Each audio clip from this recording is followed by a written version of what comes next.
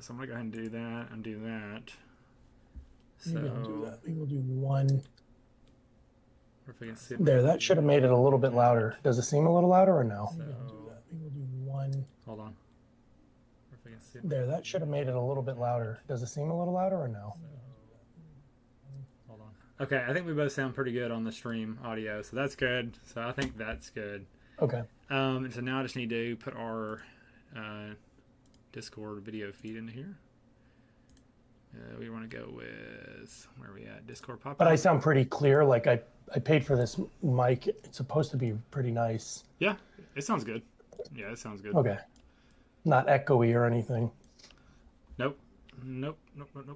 Okay, so I think we're good. So I think the audio should be coming through and video should be good. So we should be set. All right, cool. So this is my probably first. So this is the Natural Order Show, is what my kind of like little podcast is called. This is probably, I guess I will consider this an episode 23, I believe, and this is my first live stream, so it'll be interesting to try this setup. I've got John McGlone with me, friends from Facebook for a good while now, probably close to, I don't even know, 3 to 5 years, somewhere in that range. Somewhere, yeah, it's kind of crazy. Yep.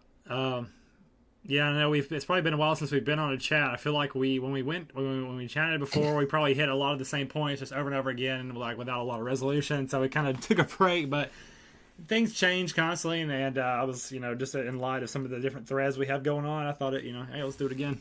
Let's give it another try and see what's going on. So glad to have you here. It'll be fun. Appreciate it. Yeah, you kind of hit on 4 points, which I'm sure we'll get into. That I thought, okay, I can maybe try to. It's a lot. Rebut some of those, but yeah. So I will say, obviously, yeah. So like, I had this scheduled as like a talk with Rosafem, who I've already done a couple segments with. We kind of laid a foundation of just like his general like Christian perspective versus my more like secular perspective. So we did that groundwork, and then we started getting a little bit more into orthodoxy and how that differs. So I was thinking about the potential of like, it all kind of developed pretty last minute. I was like, hey, you could jump on here and we could kind of contrast all three perspectives. We could do like Orthodox, Protestant, and you kind of like none, and just kind of see how it goes. So we can kind of play it by ear. We don't necessarily have to do like the attack on Christianity and have you be in the defense. Like we don't have to necessarily jump quite into that yet. Obviously Christianity is kind of like the generic theme we've gone with. That seems to be the nature of our conversations. And it's obviously a big, it's a big topic and a contention in the right as usual. Like, I say that obviously the distinction between the right and the left is pretty clear and what those issues are. And then when you look at the right wing, you kind of divide that, I think, is based on heavily on the Jewish kind of in the Israel question. And it's very clear recently. You've got the basically MAGA is essentially become MEGA, or Make Israel Great Again. And then you've got America First on the other side. So that's that clear distinction. That's kind of like the far right or the alt-right versus the kind of the normie con right. I can tell you spent a little bit of time on how to pronounce that word, that acronym. What's that? MEGA? Mega sounds funny. Mega. Mega sounds funny. So I've even seen some people going, Mega, please. That's funny. So that's developing. Yeah, I feel like I may have just seen. Of course, I've seen a lot of stuff like that just because of Trump's whole record. But yeah, I saw the MIGA recently. I'm like, yeah, and of course the whole MAGA is dead thing is kind of coming out, and it very much feels that way. Meanwhile, like this America First surge has a lot of momentum, and I feel like this is like the first. It's a very interesting time for me because I feel like this is the first time that I'm like actually able to like comfortable identifying to a decent level with like I don't know if you'd necessarily call it a mainstream conservative movement, but it's pretty close to that. You've got Marjorie Taylor, you got Thomas Massey, you got Tucker Carlson, kind of Nick Fuentes, all these people. Candace Owens are kind of developing this kind of America First, and I'm pretty good with that. Like, and one of my only beefs with it is kind of the Christian thing, but I'm very much and as we've said before, I'm very much willing to work with Christians to, work on these larger goals. But of course, when you start to break it down from there within the America First movement, that is definitely the big topic that continues to rage. Is this like, a lot of times it's framed as Christian versus pagan, but obviously it can be like Christian versus science. It can be Christian versus Christian denomination. It kind of breaks down from there. And obviously a lot of people say we shouldn't get too divided among ourselves, but I do also think it's always valuable to have conversations and try to get on the same page as much as possible. So Yeah, and I think it's refreshing that on the right we actually have disagreements, even though there's cons to that. It shows that that people on the right are actually thinking and debating, and not shooting each other because we disagree. Right. Hopefully, uh, people on the left, they're like all in unison, and then if somebody kind of breaks from it, it's like, well, that's because they're far right. Right. Yeah. So I don't think it's all bad that people are fighting. I'm glad to see people doing it so publicly. I'm not a fan of the cancel culture creeping up where it's like, oh, you can't talk to Nick Fuentes. Oh, you can't talk to Tucker Carlson because he talked to Nick Fuentes. Yeah. That's, I think, a big problem. But as long as people are willing to have the disagreement, I think the truth will win ultimately. Yeah. I mean, that's the pattern. That's the pattern we've seen, is that truth kind of prevails. And yeah, of course, yeah, it's just another case of like the cancel culture, even on the right, where it's just like mostly around the Jewish question. Obviously, Nick Fuentes is basically the poster child for that. I mean, he was basically like canceled everywhere, like out of nowhere when he was like 18. Oh yeah, just because he was like innocently, curiously asking questions. Like hearing his backstory on Tucker was actually, I got some new. I, like a lot of people, probably got some new details, new perspectives into him as a person and his background, and it's very interesting. That's why they don't like. That's why they don't like people talking to him. Because he's a person. They don't want you to. They don't want you to do that. Yeah, right. they absolutely want you to what's the word, like basically, yeah, take away the humanity. Yeah, and essentially just make them out to be, cancel them. So it's the same. It's the same playbook, but obviously they've used it so hard for so long that it's just kind of like everyone's tired of it. Everyone's tired of it, and obviously like what Israel's doing with the genocide and stuff is just kind of making it to where the left and the right and everyone's just sick of their shit.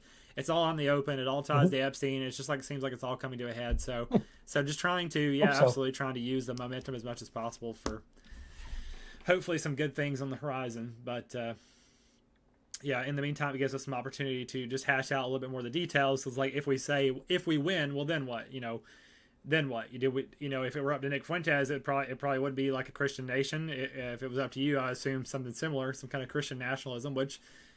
I mean, who knows? Like it definitely could be better. I certainly have a lot of criticisms. I guess really the opposition to that, as far as somebody presenting a model, would just be, a lot of people reference Hitler Nazi regime, kind of like what they did right or wrong as an example, or just kind of getting back to like Roman Republic or Roman Empire. A lot of people reference that. So there's definitely a lot of things there, and I think that's what we can maybe do today, is just kind of get ahead of it and maybe talk about what that would look like or something like that. Yeah, and then also just the four things you had brought up. I was trying to scroll to, there it is. You said your four biggest criticisms of Christianity is that it's illogical, it's Jewish, it's communist, and it's pacifist. Yep. And I don't think it's any of those things. All right, cool. Well, let's do it. I thought it would be good to talk that through. Yeah, that's a good little. It's a loose kind of foundation for us to kind of jump into. So let's do it. And this kind of came up in my discussion. Obviously I've articulated these points, but like I kind of, as far as like actually like having this bullet point list that I can just refer to, kind of came about as I was talking to Rosenthal recently. We started to touch on it, but yeah, of course, my biggest concern is just the conflict between logic and Christianity. I feel like there's so many conflicts. One of the most pressing, I think, that we ultimately get to is just evolution and the inability to reconcile evolution. Of course, a lot of people try to like tear apart evolution and be like, well, it's not actually substantiated. It's actually not that strong. We can go down that rabbit hole if we need to. But like even people who go, okay, like yeah, evolution makes sense. Well, then they go, well, it makes sense on this level, but not that level. So that becomes a big thing. Obviously, just like some of the other things too, like in the Bible, just like the fact, just all the miracles, like the physics defying miracles, is just kind of like you're basically, if you believe that to be literally true, you're basically essentially saying that like science is not at all what we like. It's not all reliable. It can be broken apart. So that kind of. Well, I mean, yeah, those claims are definitely supernatural. Some of them I think could have been completely done through natural means, but it's still a miracle in the sense that nobody should have known how to do it back then, right? We didn't have that kind of knowledge. If somebody wasn't quite dead, their heart rate was just low, and you were like, oh, he's not dead, he's just sleeping. Like, there's no way Jesus should know that, and nobody in that time would have known that. If you stopped breathing, they considered you dead, they buried you, and up until I forget which century, this is why they used to put bells in the cemeteries. You know about that? Mm-mm. They used to put a bell, like when they would bury somebody, they would tie a string to the finger. This was after the bubonic plague. And they'd have the string go all the way up out of the Oh, in ground, case they weren't actually tied to a dead. bell, That's crazy. in case somebody moved their finger, because when they were moving cemeteries, they found evidence of people like scratching the inside of coffins because people were Wow. buried. Right. But the point is, like back then, if you stopped breathing, you were dead, right? Like that's pretty much Right. it after a certain amount of time, especially after like the reason Jesus' resurrection after 3 days is so significant is if people like slipped into coma or something, people have been known to like not wake up for a day or two, right? But not usually 3 days. Interesting. So that's why that story is like 3 days and not one or two. So anyway, there's a lot of that, but it's still like if you read history, and I'm not the most well read or anything, but what I've heard is that even if you could come up with some natural means of Jesus accomplishing some of what these people saw, he shouldn't have known how to do it. And he shouldn't have the expertise because nobody in that time did. Nobody had that knowledge, right? So the idea that Jesus even had that knowledge would be a miracle in itself. It's supernatural one way or the other. But I do believe that he actually performed supernatural miracles like raised Lazarus from the dead, walked on water. I think Peter walked on water, but then fell, just like scripture says. Like, and I'm able to believe that because I believe that Jesus is God and that there is a supernatural, there is a supernatural reality in which the natural reality is just kind of the stage in which it plays out, right? Sure. Not too far from simulation theory, you know. Right. For all I know, when we die, my headset comes off and I'm like, wow, that was a cool trip.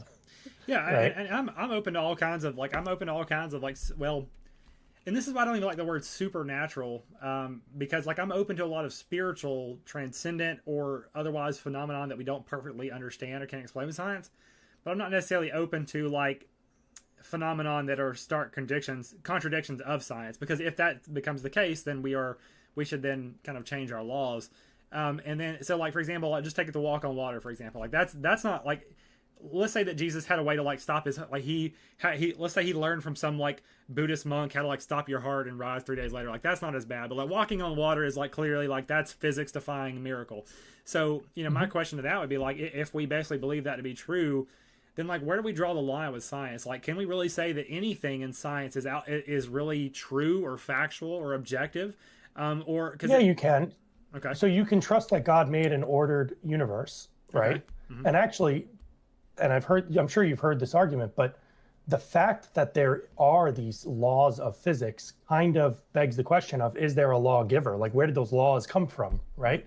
So it's like the fact that there's an ordered universe is not in contradiction to the fact that the person with pseudo commands can kind of break them. We're not saying everybody can break them. We're saying God can, because he's the author. It would be the same as if Tolkien wrote a story about Frodo, you know, and all those guys from Lord of the Rings. I'm not the biggest Lord of the Rings. I've seen all the movies, but I don't know everybody's name. But and he wrote himself into the story. Well, if he wrote himself into the story, and he was uniquely able to kind of bend the rules, you wouldn't go, "Oh, that's a contradiction." You say, "No, it's just that's the author of the story doing whatever he wants in that world." Where everybody else is kind of bound by the laws of physics, the laws of morality, et cetera, et cetera. Sure. Yeah, I mean that's not incredibly far out there. Like you said, the idea that this is the I mean, there was a guy who basically had hacks who could defy the laws because he truly was the son of God. It was the only person in history ever recorded, ever known, ever talked about that could ever really do it. So it's kind of like But sure, I mean, you really. Well, there's more instances in the Old Testament, yeah. Like Well, when Moses splits the water, right? He does it, yes. but he does it by the power of God, not it's not by his own power. Well, I mean, what do we? And the Christian view is that that's the same God, right? Jesus is the same God here as a man, right? He wrote himself into the story as a man, took on all of our what's the word I'm looking for? Disadvantages, I guess. That's the same God that gave Moses the ability to rescue his people from Egypt.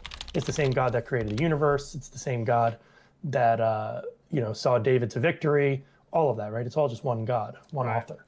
I mean, but like we do. I feel like we have to reemphasize this idea that like, okay, yeah, Jesus did it, Moses did it.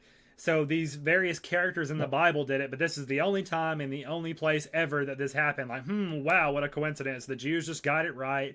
Their myths happen to be absolutely true and actually happened, but all these other myths, all other places and times and all the world is all what? Just fantasy, fiction, false gods.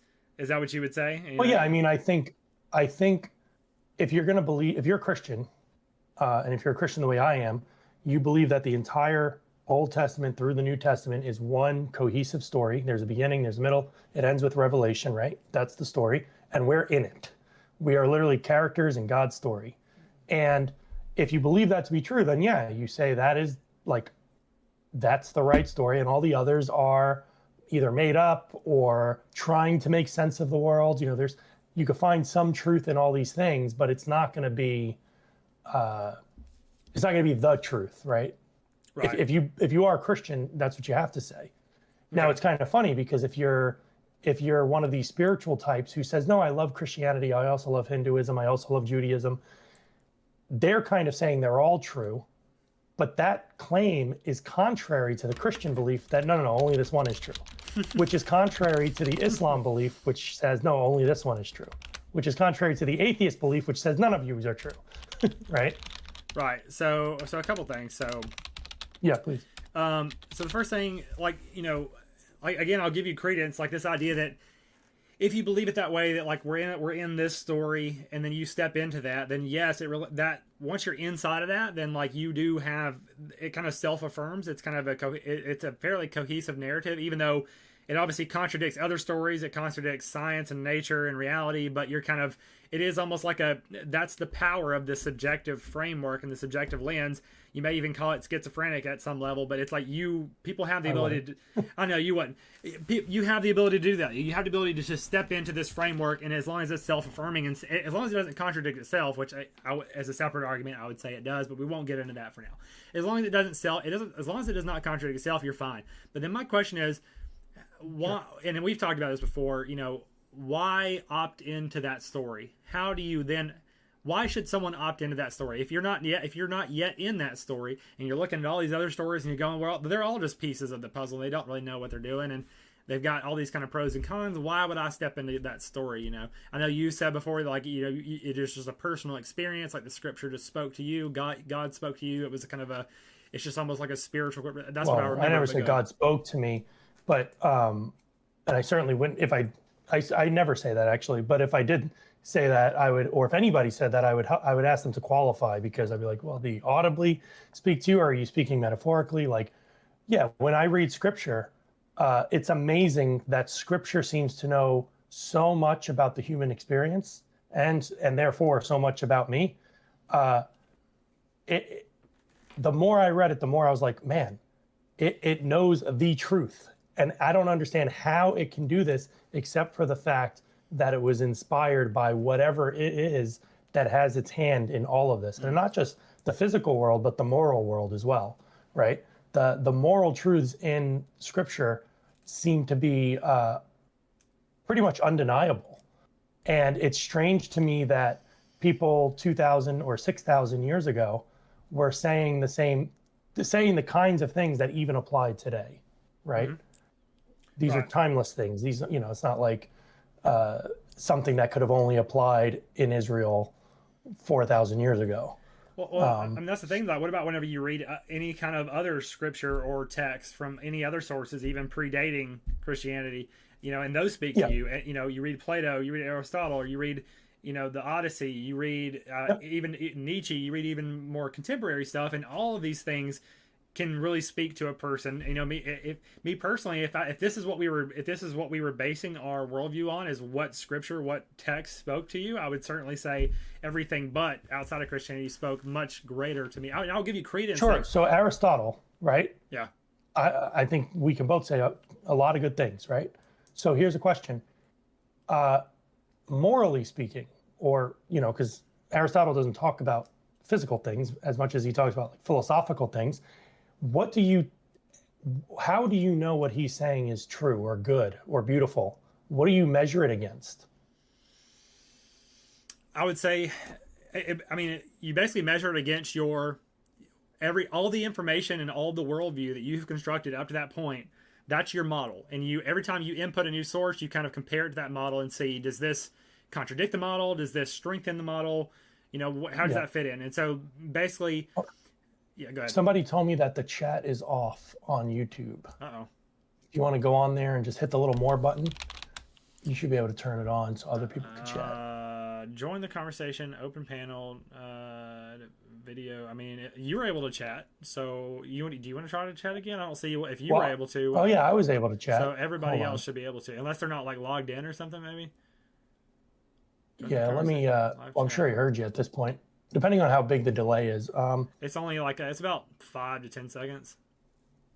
Chat seems to work for us. Are you logged in? Great. What were we last saying? I'm sorry. I just wanted to make sure because hey, if somebody wants to type in the chat, I don't want to.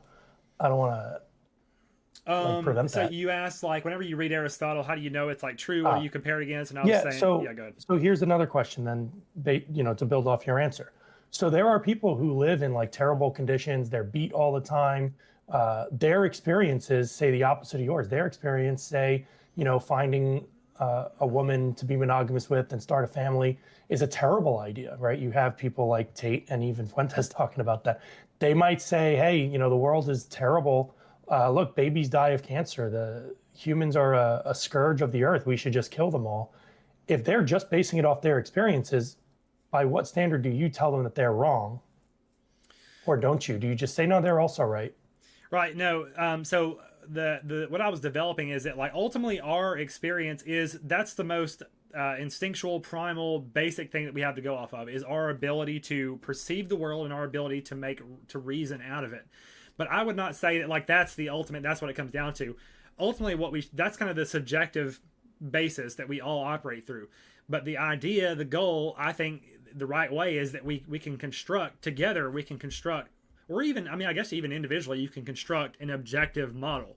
So based on your input and your experiences, you can see what is objectively better for yourself, what is objectively better for society. And comparing with other people, doing experiments, reading history, you can kind of see what works the best. And so, yes, you're right. Somebody might have a bad experience and go, I don't want a family. I don't want any of that. And at the end of the day, and for the more subjective answers and questions, it may be true that maybe that's not what's best for that individual person if they've been through severe trauma and stuff.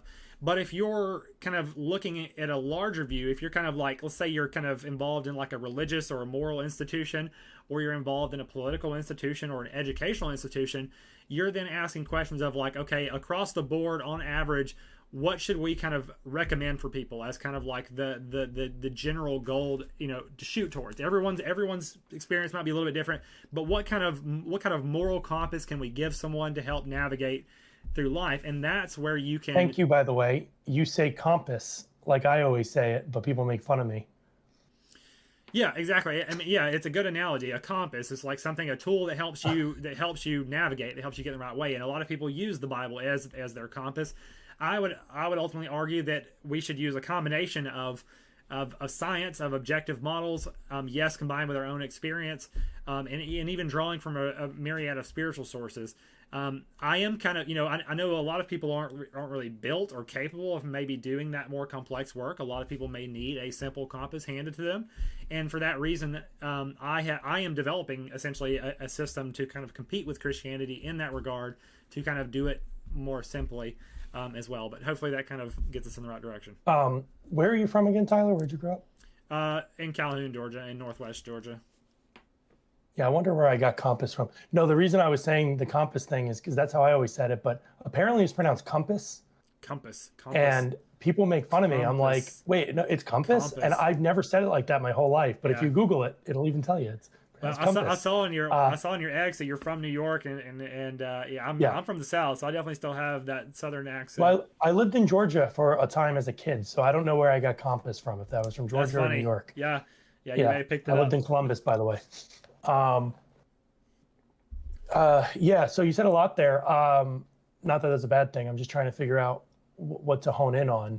Yeah. I can reiterate some of the simpler points if I need to. So here's a question. If it is true, because when we do Christian catechisms, one of the first questions is like, what's the chief purpose of man? And it's to glorify God, right? Mm-hmm. So let's just assume for a second, granted, that it is true that we are created by God and our chief purpose here is to glorify him, meaning he made us as his he made a lot of things, but we're his greatest creation. And we're the only one made in his image. So again, if you're the author, you're Tolkien writing a story, Tolkien might have written himself into all of his characters. And that's pretty common for authors to do with their fiction writing, correct?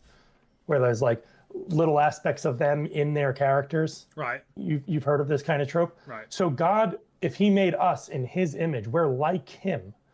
And the purpose that for us, the purpose that we have is to glorify him, because this is what Christianity teaches. If that's true, how much do you think you're failing at that? Like if the Christian thing is true, and like, and the ultimate purpose is to glorify God, and I mean, yeah, Right. if that's true, then I mean, honestly, I would make an argument that I'm not failing at that. I would think I'm doing a pretty good job. It's just that my definition of God would probably be a little bit different. Like, yeah, like I think I glorify the universe and its creator and that intention in a very good way. I think I would say so. Obviously, like if you were being more strictly adhering to like the Jewish and Christian, like are you praying to Yahweh? Are you talking about Jesus constantly? Do you believe his son? You know, like of course no, by that standard, no. But in a more general standard, I would say yes, I'm doing a pretty good job. Yeah, and it's kind of a trick question, because I would say you still glorify him in a way, because whether you reject him or not, you're still made in his image. So it's like if I erect a statue in my image to glorify me, right?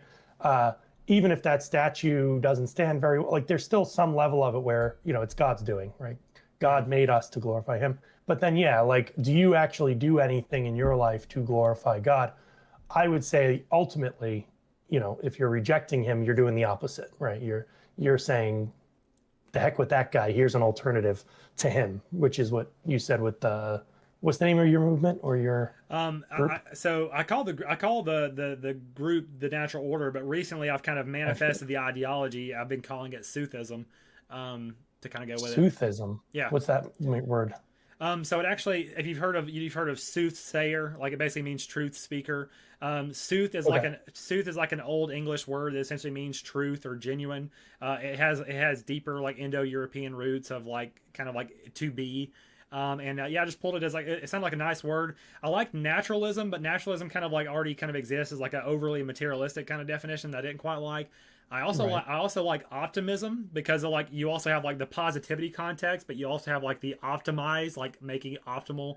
So I kind of like that too. But obviously, it already exists as a word. So I'm kind of playing between Soothism, between those three. But I've been trying something new, which is Soothism, recently. Okay. Yeah, I generally don't like isms, like truthism, which is kind of what that word means, sure, right? Yeah. To me, it's like, I don't want truthism, I want truth, you know, because like ism gives it this sense that it's like it's an ideology. Like I mean, look at like an ideology. Yeah. I mean, Abrahamism, like Buddhism, Hinduism. Pretty much, you could call. Obviously, Christianity just has a different. I never heard that. Christianity has a different suffix, but it really could be. It might as well be Christianism. I mean, it's the same. Christianism, Christism. I'm gonna start. Man, I wonder if anyone's used that. I'm gonna start. That's a good little. If anyone, like for example, I know. My understanding is that Christian was a pejorative. It was kind of used to mock those who followed Christ. Oh, he's one of those Christ followers. He's a Christian, right? And they just like pagan. Yeah, that's what I am. You know what I mean?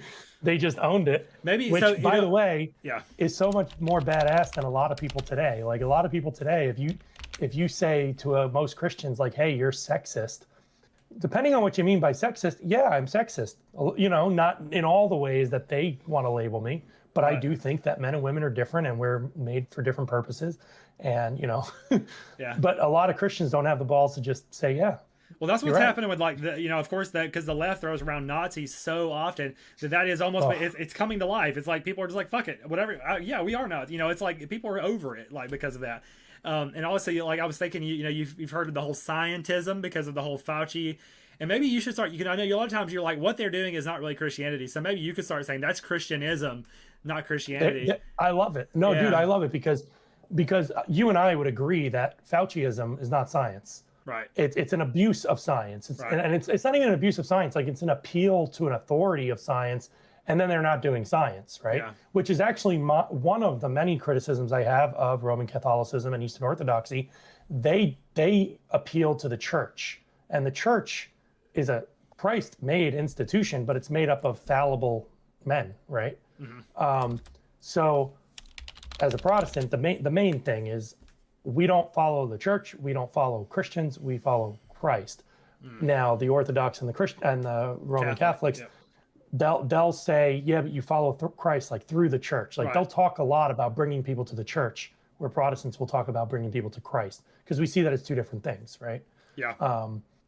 Anyway, I'm from your list, like the illogical thing. It's like like we could argue the other three, and then you could tell me if you think I'm being illogical, I suppose. But I certainly don't think Christianity calls for acting in an illogical way. In Isaiah, there's that verse, "Come now and let us reason together." The Bereans, they study scripture like daily, and they test everything that the elders say to scripture, right? Which is one of the reasons Protestants say sola scriptura. We believe that the church has real authority, but anything that the church says, we need to test it against scripture. And if it contradicts, we have to talk about that. We have to reason together. We have to actually reconcile that contradiction. Or, if you can't, like if it's just blatantly the opposite of what scripture says, we just say, well, that can't be true then, right? Which, by the way, is a logical way of doing things. If you accept scripture as your axiomatic truth, then anything that contradicts it has to be incorrect. That's logic, right? Sure. Well, yeah, and I give you that point. Like, with it, once you step into that worldview, yes, it is internally consistent. It is internally logical, but obviously, and even you address. And that includes the answer to my challenge about the miracles. Well, it's like once you stepped into the worldview, you agree there's people who can defy the physics. And I was going to say, I saw Michael's comments. We can dive into those now, or when we have a pause. Let's do that, and then move on to the other 3 points. Sure. So the other 3 points, Michael, if you haven't, I think you joined late. Tyler and I were having a conversation, and he said his biggest 4 criticisms of Christianity is that 1, it's illogical; 2, it's Jewish, which I'm going to ask him what he means by that; 3, it's communist; and 4, it's pacifist. So we were just talking about illogical, but yeah, please read Michael's. Yeah, so Michael says, the Bible is self-attesting, unlike any other form of scripture. We were talking earlier about what sets apart the Bible from other forms of scripture. I think that's kind of probably where he said that, and that kind of ties into what we're just saying. Like it is self-attesting. Once you step into the Bible, everything within the Bible kind of fits into that kind of cohesive narrative. And I feel like the way he's saying that, my assumption is he's using that as a positive. Like the Bible's better than these other sources because it self-attests. But that's kind of I think I see that as a bad thing. Like here you have a book that's kind of just saying it's true because I said so. It's just circular logic. Whereas other writers like Aristotle and so forth, they don't just go, my stuff is true and you should believe it because I said so. It's like, hey, we're gonna. Well, they're man. So if you were the author of a story and you decided to inject yourself into that story, what are some ways you might try to tell the people in that story that you're real? I don't think that you have to tell people in the story that you're real. You're just if you inject yourself into a story, you're now a character among them. You don't have to walk up to someone and go, I'm real. Do you believe me? They just inherently assume you're real. Everybody who met Jesus believed Jesus was real, but they didn't believe he was God. So what I meant is yes. Not only that you're real, but yeah. how would you convince them that you're their author, that you're the person who wrote all of this? So I think you've watched Rick and Morty. Have you seen some of the newer seasons?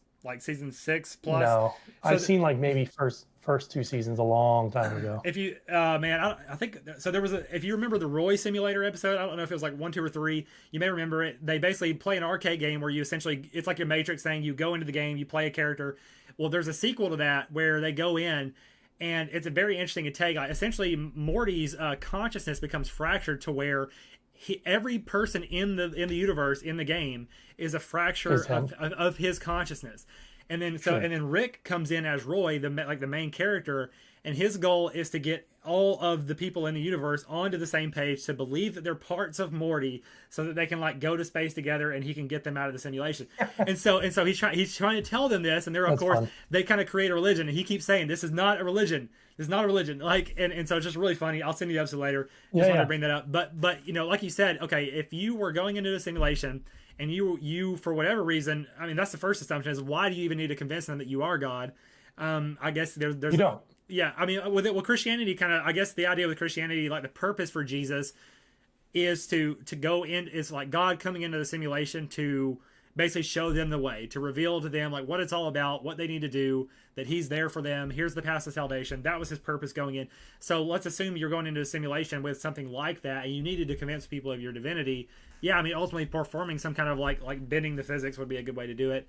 I guess. Well, God, I mean, in the Old Testament, when God created Adam and Eve, he just walked with them. He was just there, you know? Yeah. And they have free will, and I'll put air quotes because people argue about the term and what it means and all this other stuff. But the point is they have the ability to disobey God, right? That's the short of it. Right. And they do disobey God. And, you know, if God is perfectly just and He's like, hey, here's why you're here. You can do anything you want. Like I gave you a beautiful wife. I want you to name all the animals. I want you to take dominion over the entire world. You could do literally anything. There was nothing they were forbidden from except one thing: don't eat from the tree of knowledge of good and evil. There was the tree of life. They could eat from that, and they would live. You know, they could just keep living forever. But don't eat from this one tree of knowledge. Otherwise, you'll die. Right, and not that. So the Christian understanding isn't that it was always going to be withheld from them. It's just that it was going to be something that they would get eventually. They were told not to do it now. And almost immediately, you know, we don't know the exact timeline, they disobey, right? First Eve, then Adam. And God could have just struck them dead and been like, all right, you broke the law. Let's start over. New Adam and Eve, right? But He doesn't. They cover themselves with fig leaves. He kills the first animal, covers them with something better. He gives them hides. And to the Christian, this is a type of Christ, right? Because it kind of points forward that like man tries to cover themselves when we break the law, the moral law. We try to make up for it. And what we do is small compared to what God does for us in Jesus. So Jesus's purpose isn't to like just show us like how to behave and whatnot. He actually takes the penalty of sin onto Himself. So God enters as a man, takes the penalty onto Himself.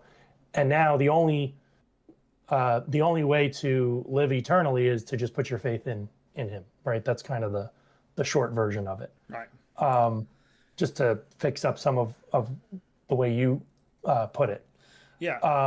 But the point is, God shows Himself to man over and over and over and over again throughout all of history.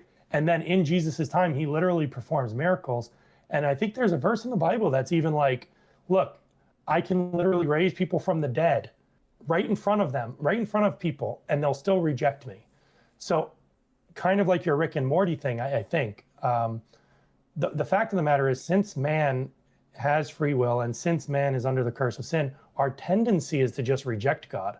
So even though He has been here and He has sent 10 commandments down through Moses, He's talked to him through the burning bush, Jesus comes, raises people from the dead. You'd like to think that if God was to just come right down and say, Tyler, I'm real, that you would then believe. But the truth is, maybe you would, but a lot of people would not believe. Yeah. They would go, no, you're just some weird, you know, I must be having a psychosis. They'll come up with any excuse to go, nope, that wasn't real. I need more evidence, you know? Right. I don't know. I mean, I think if just like any major event, if God showed up, and especially if it was like on film, like that would be an undeniable proof. I think that would be plenty for plenty of people. Like there would no longer be any debate. Like, look, this dude just showed up, performed a miracle, hands down, like no question about it. Like, you know, I don't think. But anyway, that's a whole other thing. So well, but then how come according to the story, and I know you think some of it's real, some of it's made up, but how come He performed miracles in front of people and they did not believe? Yeah, I don't know. Is your answer he didn't perform miracles? Probably. I'm not familiar. So is that a thing in the Bible? Like He performed these clearly, like He turned water to wine or whatever, and people saw it and they still go, what? What did they say? What did they say? Give me 1 second. I'll pull up the verse.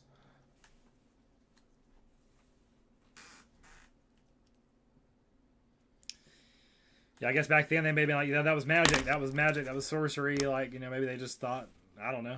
Maybe that. I mean, at that time, there was an illusion. At that time, there were a lot of those things out. They didn't really have much science or objectivity, so they didn't know what was possible. So they probably just thought, oh, well, anybody can do that kind of stuff. Like everyone does. Maybe it wasn't even that special back then. But I would tell you, if you parted water, I mean, if you do a little magic trick like turning water into wine, that's one thing. But if you if you part water, if you turn a staff into a snake, if you do something like that, I don't think anybody's gonna go, yeah, that was pretty crazy what you just did. Well, what's interesting about the staff into the snake thing is Pharaoh's people also turned staff into a snake. So there's this idea that there was magic. Yeah, Okay, but yeah. then, and honestly, like whatever you want to call it, magic, the Bible doesn't use that word. But whatever you want to call it, like the only difference between, I think, calling on God to do something supernatural and calling on anything else is that calling on God to do it is right. He's the only spirit from the supernatural realm that you should say, hey, please heal my grandma who has cancer. What you should not do is pray to some random spirit or demon that isn't God, So I feel like we're getting sucked into a lot of kind of presumptuous conversations about we're talking about in the Bible, we blah blah blah. So I want to zoom back out a little bit. So I found that verse, by the way. Yeah, go ahead. I'll read 36 through 30. This is John 12. While you have the light, believe in the light, that you may become sons of light. These things Jesus spoke and departed and was hidden from them. But although he had done so many signs before them, they did not believe in him, that the word of Isaiah the prophet might be fulfilled, which he spoke, Lord, who has believed our report, and to whom has the arm of the Lord been revealed? So, mind you, these are people who believe in God. These are Jews and stuff, right? Mm-hmm. They just don't believe that Jesus is the fulfillment of a prophecy from a past time. How much more so does somebody like today who believes in no gods, right, like an atheist? They certainly wouldn't believe in these signs and wonders that Jesus did. Maybe not. I don't know. I mean, it really is hard to compare because, not only are there supernatural miracles in the Bible, but a lot of we don't know what the perceptions would have been like. We don't even know if people even truly said that. The whole thing could be made up. We don't know. So I would say that in the modern day, if someone performed a clear miracle, not like a trick, an illusion, I do think it would. But anyway. I do want to go back before. But I wouldn't be quick to use the argument that it could be made up because the entire book by Darwin could be made up. There's so many things that could be made up. Now, I think the obvious counter argument to that is okay, but you can replicate possibly, in theory, you could replicate Darwin's findings. Right. It's hard to replicate history. Exactly. Yeah.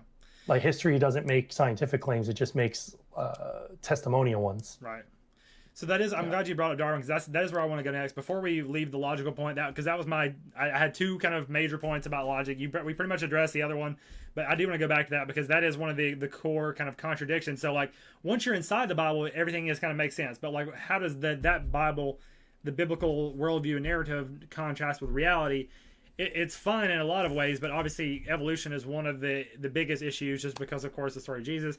I know we talked about it a lot before. I know one point you've made is this idea of I forgot what you call it, but the idea that the earth was created to appear that it is billions of years old and the Big Bang and evolution and stuff, but truly it only happened 6,000 years. It's only 6,000 years. I don't know if you're still with that, but obviously that still kind of contradicts the story of Genesis and the creation. So I don't really see how you can reconcile. I don't see how it contradicts that story. I'm just saying, again, if you wrote a book, I like the book analogy because it's the closest. It's not a perfect analogy. No analogy is, but it's the closest I can to illustrate it. If I write Lord of the Rings and I say, on chapter 1, paragraph 1, sentence 1, I say, Frodo enters the scene. Well, the first thing to happen in that book is Frodo. Obviously there's a whole world before him, but I created it at this instant. And when I created it, and I imagine God created the whole universe in 6 days, right? I don't believe that the trees didn't have rings. So if you would cut a tree down in Adam's day, I believe they would have had rings.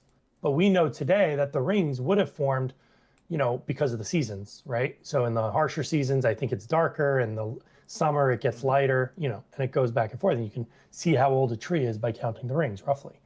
I also think that Adam and Eve would have had belly buttons, or They would have had 10 fingers. And you could say, well, how do they have 10 fingers? Because fingers form in the womb, but they were never in a womb. And it's like, well, yeah, but God, if you're going to believe the story of creation, I think you have to believe that he created everything in the way that they would develop. And he created them in a way that they can create more. So now Adam and Eve can go make more babies, and those babies look like Adam and Eve. Right. Right. They have fingers. They have everything Adam and Eve had. So yes, yeah. And I will give you that, as I was giving it before. Of course, at some level, it's like, really, come on. Like, the Jews are the ones that got it right. Really, come on. Like, you know, God just conveniently created it to be this blah. You know, obviously there's like some like appeal to whatever that is. But I'll give it to you. I'll say, okay, sure. Like, that is definitely it kind of in line with that same kind of simulation kind of theory. It could have just been, or like you say, writing a story. Someone could have like just turned it on to look like there was this thing. The only issue is that in the actual Bible, in Genesis, it doesn't just say Adam entered and you make assumptions. It literally talks about how made him out of sand. It literally talks about how it was created. So it's kind of like, it's I don't know, and I'm willing to believe that a lot of details are skipped. So the fact that Adam was made from the earth, to me, just sounds like Adam was made in the material world from the material world, right? He wasn't made from the heavens, and the Bible distinguishes the earth from the heavens. The earth being the material world, and actually, when Adam and Eve were first spawned, spawn point, right? Their entire world was the garden. The rest of the universe existed, but like the garden was their entire world. That's all they knew. So I just think of it as like, yeah, they're made from the same stuff that the universe is made out of. They're not made from heavenly things. So since we're getting into the details, I'm looking at actual scripture here just to see, to be very clear, if there's a very clear contradiction that we can go off of. Because of course you can be like, oh, metaphorical, oh yeah, he created a simulation, but let's see. So God said, let there be a vault between the waters. So it's like, sure, he's just turning on the simulation, and let's say he's doing all that to look as if it's developed over billions of years, to look like the Big Bang. It's like, it's so absurd to even entertain that idea. Well, it's kind of funny because the Big Bang is, to me, the Big Bang sounds a lot like creation. The only difference is one says it happened billions of years ago, and the other one says it happened 6,000 years ago, right? Either way, you got a Big Bang. Like, out of nowhere, you get nothing turns into all of this something in a very presumably fast amount of time. I'm just saying, like I'm just reading Genesis 1:1, like with the assumption, like this is someone just turning on the simulation, and I mean, so far it's all the way to verse 16. It's I wouldn't say simulation. I think God created a world. A world, and our experience of the world is that it's a material world, and material just means like it's what we interface with, right? But I think what the Christian believes that the atheist doesn't is that there is something outside of this world that we can interact and interface with. We don't directly interface with the supernatural world, but the idea is that God, from the heavens, and he sent angels from heaven, they interact with our material world. We don't. Does that make sense? And if we interact with the supernatural, it's only through God or demons, right? You can only interact with the spiritual world through those which are from the spiritual world that are here. Mm-hmm. Well, even that, like, interaction aside, like even if you were to say like God's been hands off since the creation, I mean, that's fine. Like we can. I don't think he's hands off. I wouldn't say that. Yeah, I'm not saying you're saying that. Obviously, he's not. Like, that's not the case. But I'm just trying to focus on like this. Like, I mean, I think it's kind of what, to that other point, this idea that like you could opt into this worldview that, like, as absurd as it is, it's like it's less absurd to just go to say. I feel like it's almost less absurd to say like evolution is just false, and it literally happened this way. I feel like that's almost less absurd. But well, first of all, I think 99% of evolutionary theory is selection, and selection is not false. Selection is clearly true, but evolution, I would say, we don't have very strong evidence for it. If it turned out that somehow evolution was right, then I would have to be like, oh well. It seems that God somehow used evolution to do all of this, right? I don't know. But I don't think there's strong evidence that anything went from one kind to another kind. I think there's evidence that the kinds all have similarities. And we went through this in the same way that a potter who makes like cups and plates and vases, those all look similar, but you know that one didn't evolve into the other. It's just hurting me to think about this. like the intellectual depths that you and others are able to go through to formulate a theory like this, to like acknowledge all of these things about evolution and reality, but then try this hard to then still try to reconcile that with the Christian worldview. It's hard for me to even like, it's just hard for me to even accept that as a possibility. Well, I think, do you grant this? Early man would not have believed in evolution. Agreed? Because they just didn't understand it. If you could have explained it as like a mythological story, I think they would be just as likely to believe it as any other story at the time. That's a fair point, and I think you're right. But I think the reason that's true is because man, in their wickedness, wants a story that can contradict God. They want to reject God, because if God's not real, well, then I could do what I want to do. I don't have to live by some moral law that the lawgiver gives. I could do whatever I want. I can have concubines. I can look at porn. I can do all this stuff and just enjoy myself. And if somebody tells me I'm wrong, well, who are they to tell me I'm wrong, right? So I don't want there to be a God. And then therefore, I do think the story of evolution would be compelling to a lot of people. But anybody who knows God, like imagine this story is completely true. You are Moses. You did see the burning bush. You did hear from God, right? He did tell you climb that mountain. He gave you laws to come back down. Now somebody's like telling you about evolution. You're just gonna be like, no, like you're gonna think that the only reason they want to believe that is because it's contrary to God, right? And but I know the truth. I know that God is real, and He made Adam and Eve and this, that, the other thing. Does that kind of make sense? Is it cohesive, even if you disagree with it? Yeah, and I agree. It is cohesive. And what I'll do is I'll resolve to, because I haven't spent a ton of time. My intuition, and I think the argument I want to develop is that like this idea that you are opting into the Christian worldview, that you are saying that evolution, like the universe was like created at this time to look like it's older. Like I want to argue that that's illogical. Obviously, there's not like a very clear like that contradicts this.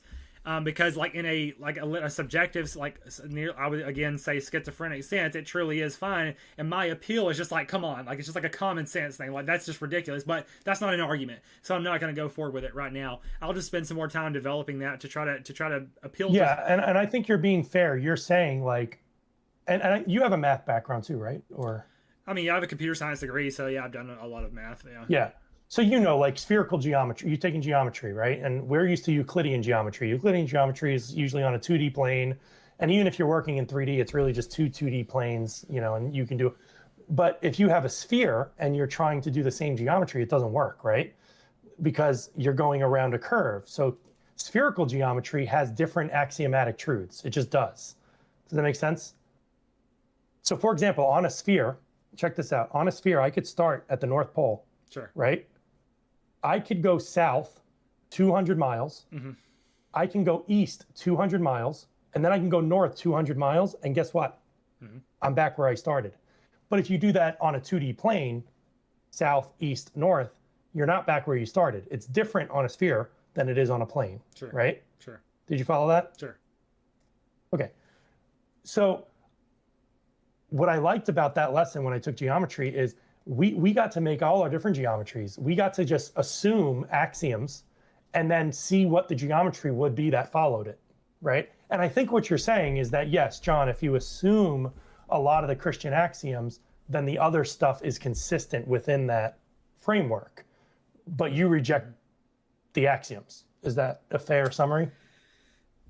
Yeah, like on some level I reject the axioms, but like your model, this proposition that like, I mean, it really is almost like the very basic assumptions and axioms needed to step in his worldview are now like that is essentially a framework that does provide that, and so it really is some level is just you are just choosing between two subjective frameworks and you are choosing which one to opt into, and so really my argument is more of like a common sense or like utilitarian argument, or I think I can develop a logical argument. It's just I haven't had time to prepare it. Essentially, it would go something like, when you're looking at these two propositions, one that like either the Christian worldview is correct and everything you know about evolution to science is just like, again, was created to look like that happened to kind of fit, versus it just happened that way and the Christianity is not right. If you look at those two stories side by side and you're just like, obviously they're both internally consistent, but when you look at them both, you're like, what's more likely? Like what's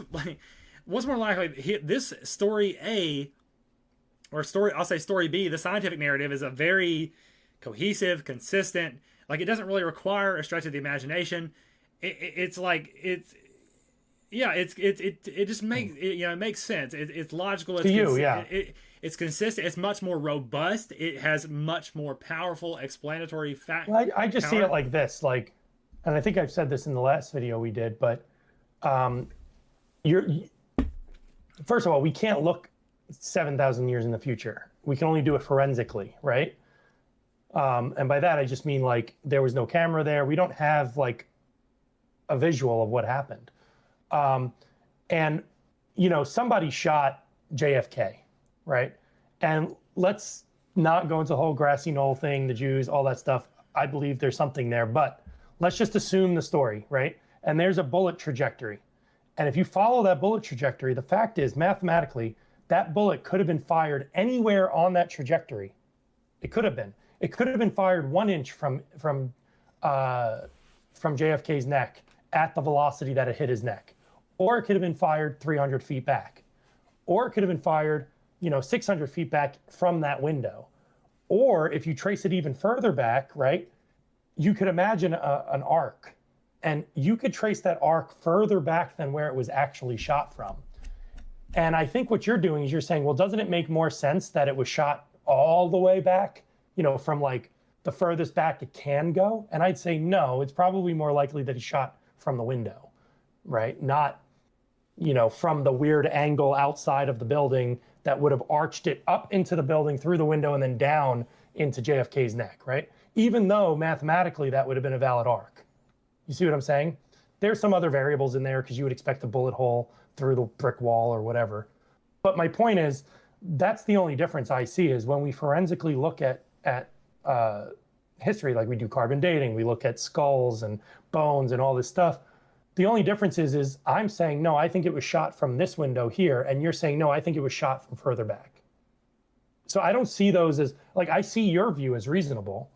I just find it strange that you find my view unreasonable, given that analogy. I love your analogies, but I hate them.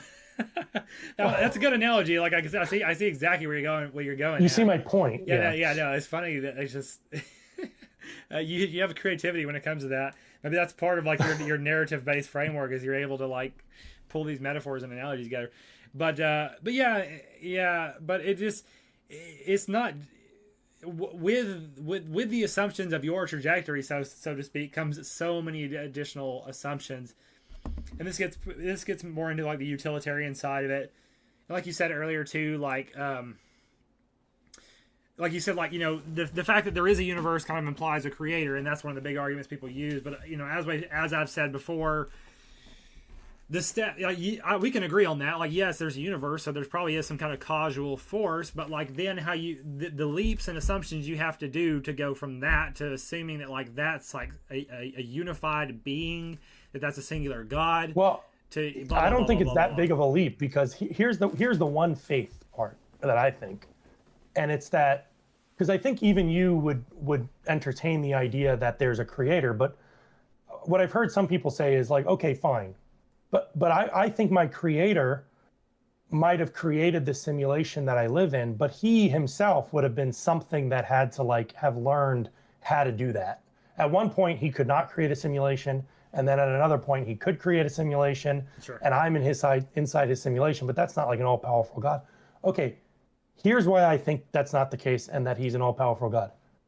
Because I believe he has interacted with man throughout history and told us exactly who he is over and over again.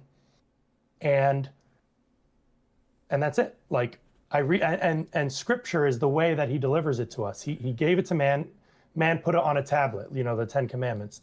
Man put it told the story through generations. When we could actually write stuff, man wrote it down. When we can print stuff, man printed it out. And the Bible is one of the oldest books known to man, right? So I just believe that God told us who he is. And therefore, I don't have to, I don't have to be creative and think about being inside of a simulation. It's self-affirming. Like we don't need to go into it. Like once you step into that worldview, it's all self-affirming. So there's really no point. It's just like the big question is just whether or not to step into the worldview, that wasn't like really set up as part of our scope necessarily. Sure.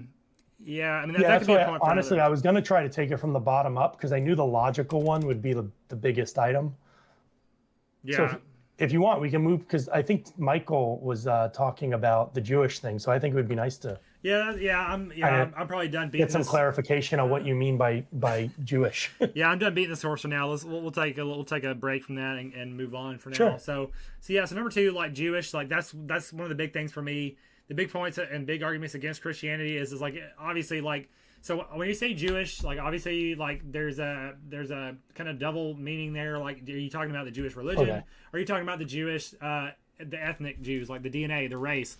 When I say Jewish, I usually mean the race. So like when I criticize Christianity for being Jewish, I mean it's obviously Jesus was a Jew, but I guess at one time you could argue he was a religious Jew, but he's definitely an ethnic Jew. He's definitely a racial Jew, and the entire lineage in the Bible in the Old Testament is all ethnic Judaism, or not ethnic Judaism. What do you think a Jew in the Old Testament? What do you think a Jew is? Like, what does that mean to be Jewish? I mean, it's like I could hone in on like the haplogroups and like the actual like DNA, but like I'm talking about like specific strains of DNA that would be used to identify certain like groups of people.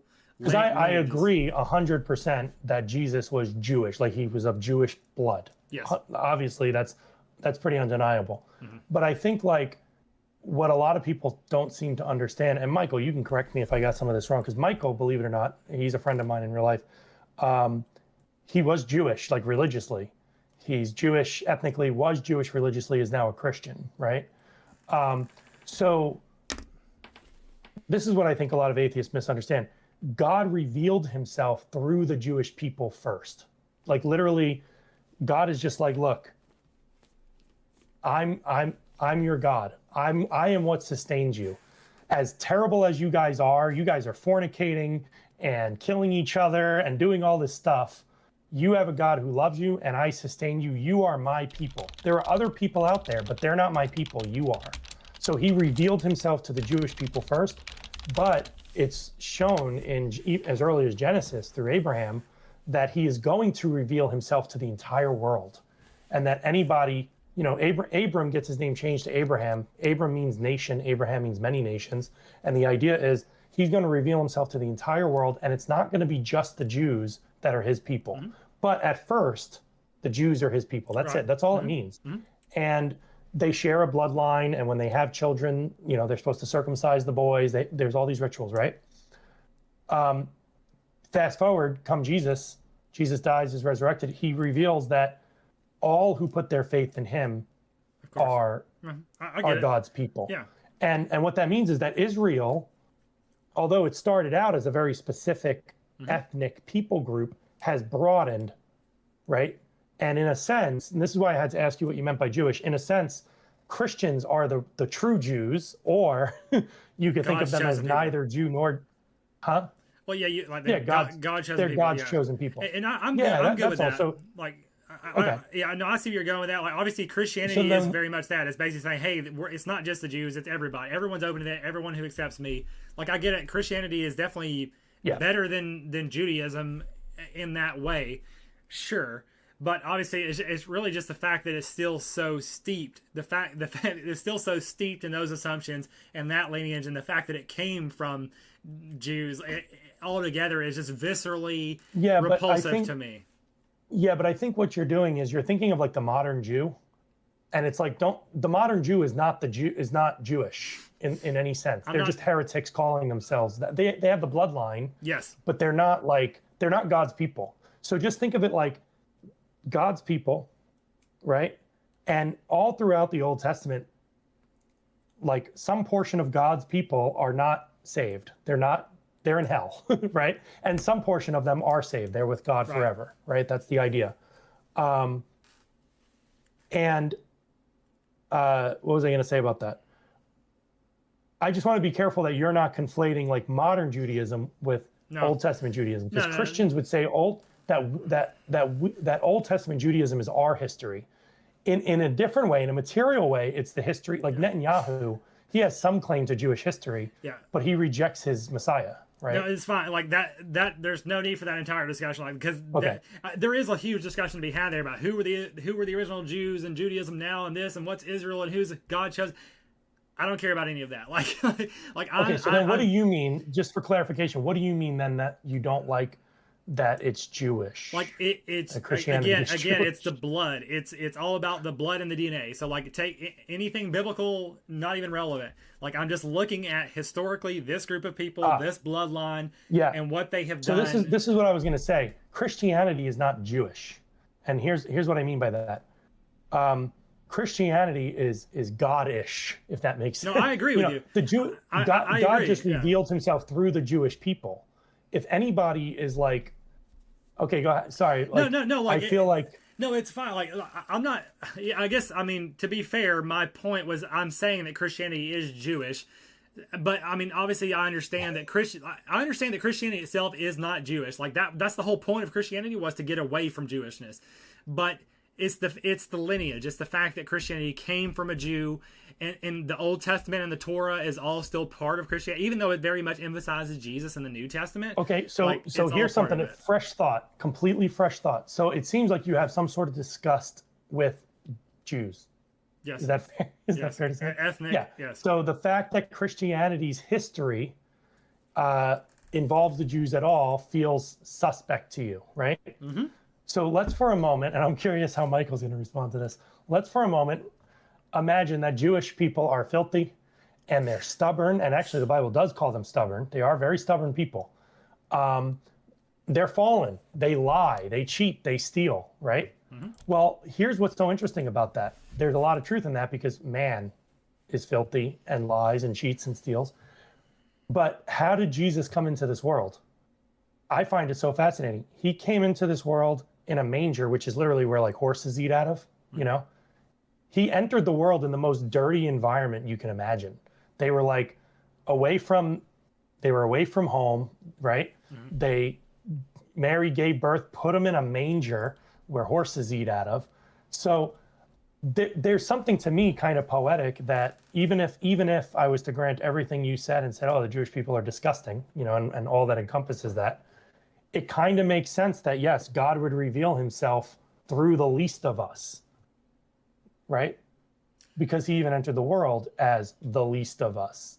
You couldn't have entered the world in like much worse of a state than Jesus did. But that said, here's what's to me such a powerful thing. Are you familiar with the story of Gideon? Maybe. I don't know it perfectly, but Gideon, you know, he has this army. He's supposed to go fight, I forget who. And God is just like, yeah, let's cut your army down to about 300 people, I think it was. And he gives like some rules on how to get rid of people, right?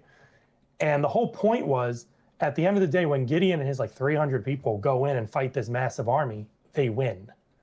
And the reason God did it that way is so that everybody would know that it wasn't Gideon that did it. There's no way Gideon could have done that. Clearly, he must have had God on his side. Otherwise, he would have been slaughtered, right? So same thing, the idea that God revealed himself through a wretched people, to me, just highlights the fact that they didn't just die, that they were sustained in some way, is just evidence that there was some supernatural force helping them along.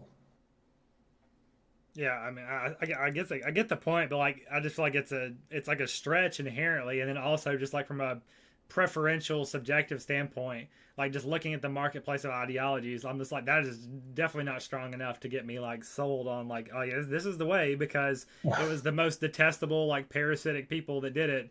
So that somehow speaks to like the glory of God, the fact that he came from through the worst people. And they killed him. Yeah. And they killed him. And they rejected him. Like, so.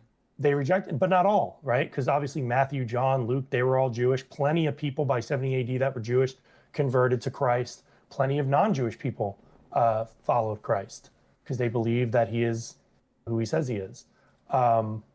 So yeah, not all the Jewish people rejected him. And if you read through the Bible, all the great men, David, I mean, David's not a perfect person at all. He not only, he had many wives, first of all, and then instead of sleeping with them, he slept with Bathsheba. She gets pregnant. Her husband's going to find out. So he sends the husband to the front line to get killed. So he's a murderer. He's an adulterer. He's a liar. He's all these things. But he's still considered a great king because he repents and he, his heart is for the Lord. So I'm just saying, if you read the Old Testament, even as a modern Jew who reads the Old Testament, doesn't look at the Jewish people as like some great example of mankind. They just see themselves as being like, hey, we're God's people. So because we're God's people, we know the law. And since we follow the law, we are righteous, et cetera, et cetera. But as you're pointing out, they very clearly do not follow the law. They lie, cheat, steal, and do all those kinds of things. I think that to kind of tie a lot of this together, I think that I definitely would continue to formulate an objective argument as I've done before, to where, because again, you can accept all of this stuff. Like, you can just opt into the Christian worldview. You can, you've come up with justification for why it's actually okay or good that it came from a Jewish lineage. We've gone through the whole ontological bit. You can do all of that. But I still think there's like an objective argument to look at that worldview versus, my or a secular or other, almost any other worldview probably compared to it. And I think you can make an objective argument for why the latter would be, just in terms of like practical, in terms of outcomes, in terms of a system to help you navigate reality. I think you can make an objective argument for why almost any system other than Christianity would be better by many standards, and that's like a whole other discussion. Because like some of our discussion. Yeah, evidence. Do you have evidence of that? Like, is there an example where a worldview other than Christianity has been better for mankind? Well, I just want to finish that thought real quick. Okay, I'm sorry. No, that's okay. That's okay. That's okay. No, that's fine. I was going to say that like so much of our discussion today has basically been kind of about like trying to like objectively argue about like whether like the worldview. But obviously, like you've made, I will give you credit. You've developed a good, like, if you're going to step into that, here's the best case scenario. It's self-consistent. It's got everything you need. It's got answers for everything, and the answers that can't necessarily be like hard contradicted. So that's all there. So all I can really do as a counter argument is just like step outside of it, look at those two things, acknowledge that every given person can opt into either one of those worldviews and exist within an internally consistent framework. And then, so I guess like that would be, yeah. So that's the next argument I would make is like when you're looking at those two, what's going to be objectively the best, not necessarily what's going to be true, because obviously we've kind of disrupted the idea of true, and it gets to the levels of epistemology and schizophrenia and stuff. But objectively speaking, you look at those two, and I would argue that this one is better for like your life, for the world, and you're saying, well, how would you qualify that? Like, what standards would you measure that against? And sure, I guess that's like I'm trying to think for a second, because this is interesting, because the argument that I would make, like, you would just say, okay, so here's the argument I would try to make. I would say that like the basis by which I make that judgment is kind of contingent on the selection. It is kind of circular, because I would say that like it always is, yeah. Objectively, this way is better. To be non-Christian is better because you can navigate reality better, because you have a better, more rational worldview. Consistent. I mean, the consistency is there either way. Yeah, in terms of like functionality, I mean, it gets the devil's in the details, but like in terms of the functionality, objective morality, like here's an example. Like when it comes to because obviously if the whole world was Christian, that would be great. like everybody would be, it would be fine. But like the reality, because we'd be unified. yeah, the reality is like how do Christians interact with other Christians? How do Christians live in a non-Christian world? Like Christians, have this struggle. Like we're living it. Like let's like even yourself or other Christians living here in America in the modern day look at all these problems around, and they go, well, this is because the world's not Christian enough. This is because of non-Christians is so much of the problem, or because Christians aren't doing good enough. Like it's all around this kind of Christian idea, and we need to get back to Christianity, and that's how we're going to make things better. Like this is kind of like the whole like this is like the real world application of like the Christian worldview, and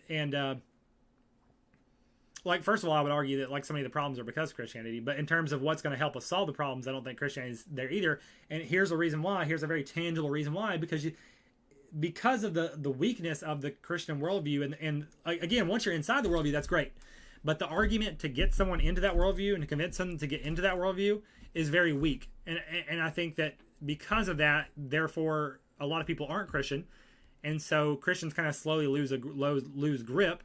And they also fight among themselves, and they struggle. So there's just like this whole thing starts to crumble and fall apart because of this kind of. I agree with you if you mean that Christians have been weak. I think Christians have been very weak over the last century, at least, probably longer, but especially over the last century. And I think indoctrination works. I think whether you are a secularist, a Hindu, whatever you are that because you've been indoctrinated in that, right? Like you went to schools that taught you about Darwin and stuff. They weren't teaching you about to be a Christian, and you were like, no way, I'm a Darwinist. Well, no, you went to schools that totally. Let's look at the definition of indoctrination, because is there such a thing as self-indoctrination? The process of teaching a person or group to accept a set of beliefs. So, I mean that definitely sounds like indoctrination. I feel like it's I get what you mean by self-indoctrination, because you're like, well, I'm very self-learned. Like I read a lot of books, exactly, but like the fact of the matter is those books are available to you or not, because of the world you live in. Like you're indoctrinated by the world around you.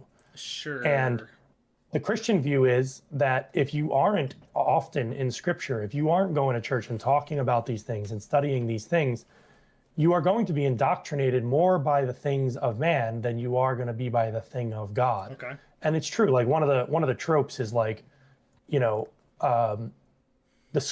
public school has your kid 5 days a week. The church only has them for like 2 hours, 1 day a week, right? So if you're not shepherding your family at home, it's very disproportionate. They're getting all of this world stuff, learning about Nietzsche and Aristotle and all this other stuff. And some of it's good, but then only once a week they're getting godly things. Okay. But in a lot of Christian homes where people are homeschooled, stuff like that, it's flipped, right? They're getting God all the time. Even when they're doing mathematics, they're being told that that's contained within a structure that God made an ordered universe. Mm-hmm. But if you go to our schools nowadays, and I know you disagree with this too, like you and I are agreement on this. If you go to a math class today, you get to hear about how math itself is racist, right? They put even mathematics in their worldview, and they're teaching the kids this. It's terrible. Yeah, and that's just like, I mean, that's the example. It's a battle of worldviews. You've got like the Christian worldview, you've got this like woke worldview. You've got like it's a battle of worldviews, and so like all you can do as an individual is like look at these different worldviews and make a pragmatic decision, I would say, as far as which one you're going to opt into, and and like those are just some of the factors that come up when you're looking at that. Like you grow up with Christians, or you see Christians, and you look at what Christianity does for people. And again, I know your argument and somebody's argument will be like, well, that's not real Christianity, blah blah blah. But that's the gestalt, that's the whole picture of what Christianity is like the real world application of it, for better or worse. And so those are the kind of decisions that inform someone's worldview, and even stepping outside of your anecdotal evidence and your individual worldview, just looking at it academically and almost scientifically and comparing these different structures throughout time and history and saying, what did this do for the society? Whenever people believed and behaved this way, what did that do versus when they believed and behaved this way? And so that's kind of like a whole other dimension to the argument. And I guess really that's not even that. I probably need to work that into my points, maybe even as a point number, because really I will say I will again give you credit, because like obviously a lot of our discussion today has been on the logical point, and you have kind of really said that like you've kind of made a good point for how like it is internally logical. So you have to really you have to make a deeper appeal or I have to make a deeper appeal to really kind of bring my attack. It has to be almost like a pragmatic. It has to be like something like, why even? It's almost like saying, why even opt into logic in the first place? Like, that's a really deep. That's a really deep level. So I again have to commend you. And that's part of the. So presuppositionalists will say that too. Like, why do you believe that the world is ordered? Like, even though empirically it seems that way, right? That doesn't mean it is. For all right. you know, and have you ever seen that? There was that documentary. It's called like "What the Bleep Down the Rabbit Hole." I haven't heard of it. No, no. Oh, you would love it. I mean, it talks about quantum and stuff, but it maintains that like when you're not, if you throw a basketball behind you and nobody's looking at it, the basketball lands in all of the area, all the possible spots. It's only when you look at it that it coalesces into one spot that it lands. And it's trying to explain our understanding of quantum physics, all this kind of stuff. And it's like, yeah, maybe. But I actually think it's a lot simpler to just take the axioms that I have and say, let me put it this way. I think the reason you think Christianity is illogical is because it contradicts the axioms that you subscribe to. That's all. But I think you're very honest and charitable when you say, but if I was to accept the premises that you put forth, then yes, you're right. There's a consistency within the Christian worldview. Yeah. Is that a fair summary? Yeah. And one of the things I've been thinking about recently, because like, all along with myself and many, there is this kind of assumption that like truth is always better. Like truth, like we should just look for the most true way and the most objective, consistent way, as like that's always going to be better. But like in many times that's not the case. Like for example, like if you just like there's a lot of truths that like the public probably couldn't handle. Like it would probably just implode. And so like we've seen throughout history, and this is itself a scientific observation, that illogical systems of thought serve pro-evolutionary purposes, if that makes sense. Like essentially, like Christianity, as illogical as it may seem at times, overall serves like progenic, eugenic purposes. Like it encourages childbirth, it encourages morality, it encourages these things. So it's like So it's not always that like if you had to choose between like a system that was like true but like nihilistic and immoral versus one that was like not as true or it was more logical, but it just the ends justified the means, then that might be, and I think that's a good argument for a Christian to try to make. But even then you have to like even that sentence, the ends justify the means, right? Let's go through all three of those words. By what standard are you deciding the ends? The means, and then whether or not it's justified, right? I mean, obviously my direct answer would be like it would be science, like the scientific worldview, via evolution, like that's a mechanism that kind of helps you orient yourself towards a moral framework where you can start to look at things as go to like, did this help us survive? Did it help us survive collectively or not? And that's kind of a basis for looking at things. I know this sounds pedantic, but why do you even decide that survival? Well, that's what I'm saying. Like that's what I mean. That's been very much the theme of this kind of conversation, which is like why even opt into reality in the first place? Which is I mean that's the thing. Because not everybody. There are people who really think that humans' drive to survive is selfish, and we shouldn't do it. There's like whole groups out there that say we need to stop having children. We need to let people die so that the earth can flourish. I got it. And without a God, they are totally justified in their own thinking. I got it. Okay, let's hear it. I got it. So like, obviously, like, what's unique about this discussion is this whole idea of like the universe being created to look like evolution is true. Most people can't even get that far. But if we get that far, and let's say we just step into that universe where it's like Christianity is true, the Bible's true, and the universe was, and we 1,000 years later we discover these other things and we learn how to reconcile those, and we are, even though nothing in the Bible says this, we are kind of just like assuming the Bible to be true first, and then every other thing that we find out, we're going to try to make it fit however possible. And one of the theories there is like the idea that like the universe was created to look like evolution was true. So let's run with that. So we live in this universe. By the way, I mean, can I just say one thing? Yeah. We can run with that, but it is not my claim necessarily that the universe is created to make evolution look true. Sure. I would just say that people who subscribe to evolution are doing a kind of forensics where in order to make evolution look true, they have to look further back than 6,000 years ago.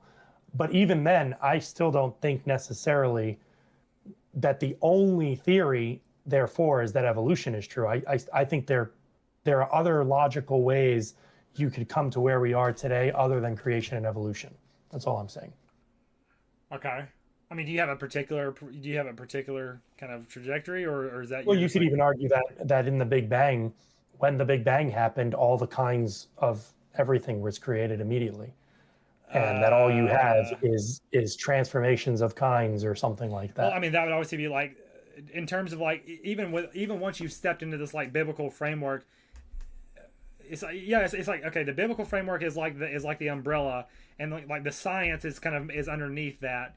And so, but at some level deeper down, you're kind of stepping into, it's not the ultimate assumption, but you're at some level deeper down, you like are assuming or affirming that God created like a logical universe. And so you can kind of take it from there, and you can look at, this is how you would like look at science, is to go, okay, yeah, everything in science is pretty solid, but like this is all because God made it that way. Right? Yeah, I wouldn't say that evolutionary theory is good science, because science is something you can. First of all, when you do science, you're trying to falsify it and then failing over and over again, and that hardens it as true. We never really tried to falsify evolution. You can't run that study. So in a lab, for example, the one way to falsify evolution, well, you can't falsify evolution, right? Because you'd have to fail to, how do I say it? Actually, let me word it this way. We've only falsified evolution. And what I mean by that is we've yet to turn one kind of creature into another kind of creature. But the excuse for that is, well, it takes billions of years. It's like, okay, and we don't have billions of years. Documented history is only 6,000 to 10,000 years old or something like that. So that's why it's a little fishy to me, because you can't do science on evolution. Sure. Well, I think I brought this up before to you. I thought I brought it up to you. Maybe it was not with you, but we have actually recreated macroevolution in a laboratory. But I mean, because like really the definition of a different, you say from different species, the definition of one species to another species is not just whether it can have viable offspring together, but like the offspring must itself be viable. That's the definition for two different species. So if you could go into a lab with a population of the same species, if you could go into a lab with a and I'll go ahead and tell you, it was fruit flies, because they breed, their gestation is so quick and so expansive that you have a much greater chance of mutation, and it makes everything rapid. So anyway, fruit flies, you have a population of fruit flies. They're the same species because they can all procreate and make viable offspring that is itself viable. And then they ran an experiment where they essentially, I don't know what conditions they were subjected to, or maybe they were just separated.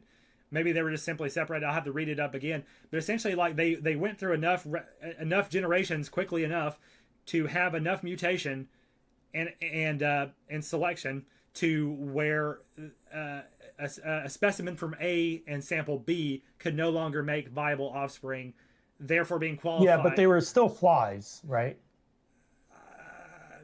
I mean, that's like saying an orangutan and a chimpanzee are still monkeys, but they can't make viable. So that's the same kind of thing. It's like it's just it's a taxonomical thing. It's a useful way to differentiate species, but I'm talking beyond. I'm talking kind. Like okay. If you what's so kind? I certainly believe in adaptation, right? Okay. Well, because I certainly believe in adaptation. Sure. So like I would say, I don't know the right word for it. Uh-huh. If you want to say white people and black people are different species, I'm fine saying that.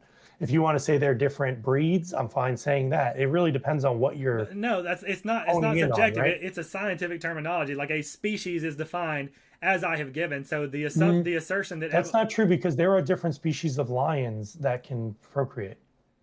but can they make viable offspring? Is their offspring? Oh, I see. Also So viable? you're saying are their offspring fertile? Right? Yeah, because like you can breed a lion and a tiger, and they can Um, technically make an offspring, but can that offspring then make viable offspring? That's the question. That's what I'm defines going to a ask species. ChatGPT this because I've looked this up before, and this is why it's weird because that word, and again, these are, and I hate this kind of argument, but just bear with me. We're constructing these models in ways that are useful to us, right? They're not necessarily the best models. In 100 years, we might have a slightly different model on how to Sure. talk about the different Sure. and kinds and animus and species or whatever. But I'm just saying that, like, if you have finches in one part of the world that you bring to another part of the world, there's some genetic variance that's allowed within a finch. And Yes. obviously, because the conditions are so different in part B versus part A of the world, the finches that survive are going to be of a certain genetic variance that's very different than the genetic variance of part A. Yeah. If it just so happened that those two finches could not procreate, it's fine if we want to call them different species, but the point is they're still finches. And they didn't turn from a finch to like some other new creature. It's just at that point it's just like semantic. It's a semantic kind of thing. I agree. Because you're just, I mean, obviously like science and everything that we have developed through language and so forth. Once that happens, you would no longer call them you would not call them both finches. Obviously, like you can just deconstruct the whole thing and like take it down to like a semantic and nihilistic level and just be like, well, I'm like, yeah, I mean, the argument. Yeah, and I don't want to do that. That would be absurd. That's what you're doing. Like you're basically just saying it's a linguistic thing. It's arbitrary. Okay. It's linguistic. It's subjective. So just, but I hear you, and the reason I'm interested in this is because I've said the same thing about species. I had a whole discussion with a friend who said white people and black people and Chinese people are different species, and I said no, they're different breeds, because in dogs, different breeds can procreate, breed, right? And then they make like a new dog, but they're all able to interbreed. And he said no, and he gave me examples, and I just asked ChatGPT. Wolves, dogs, coyotes, and jackals are considered 4 different species, yet they can all procreate with one another and create offspring that can also procreate with everything. So it's just like confusing. And I think I would agree with you. Well, then don't call them different species. Call them, maybe we need another tier of differentiator. Also, polar bear and brown bear are considered different species, yet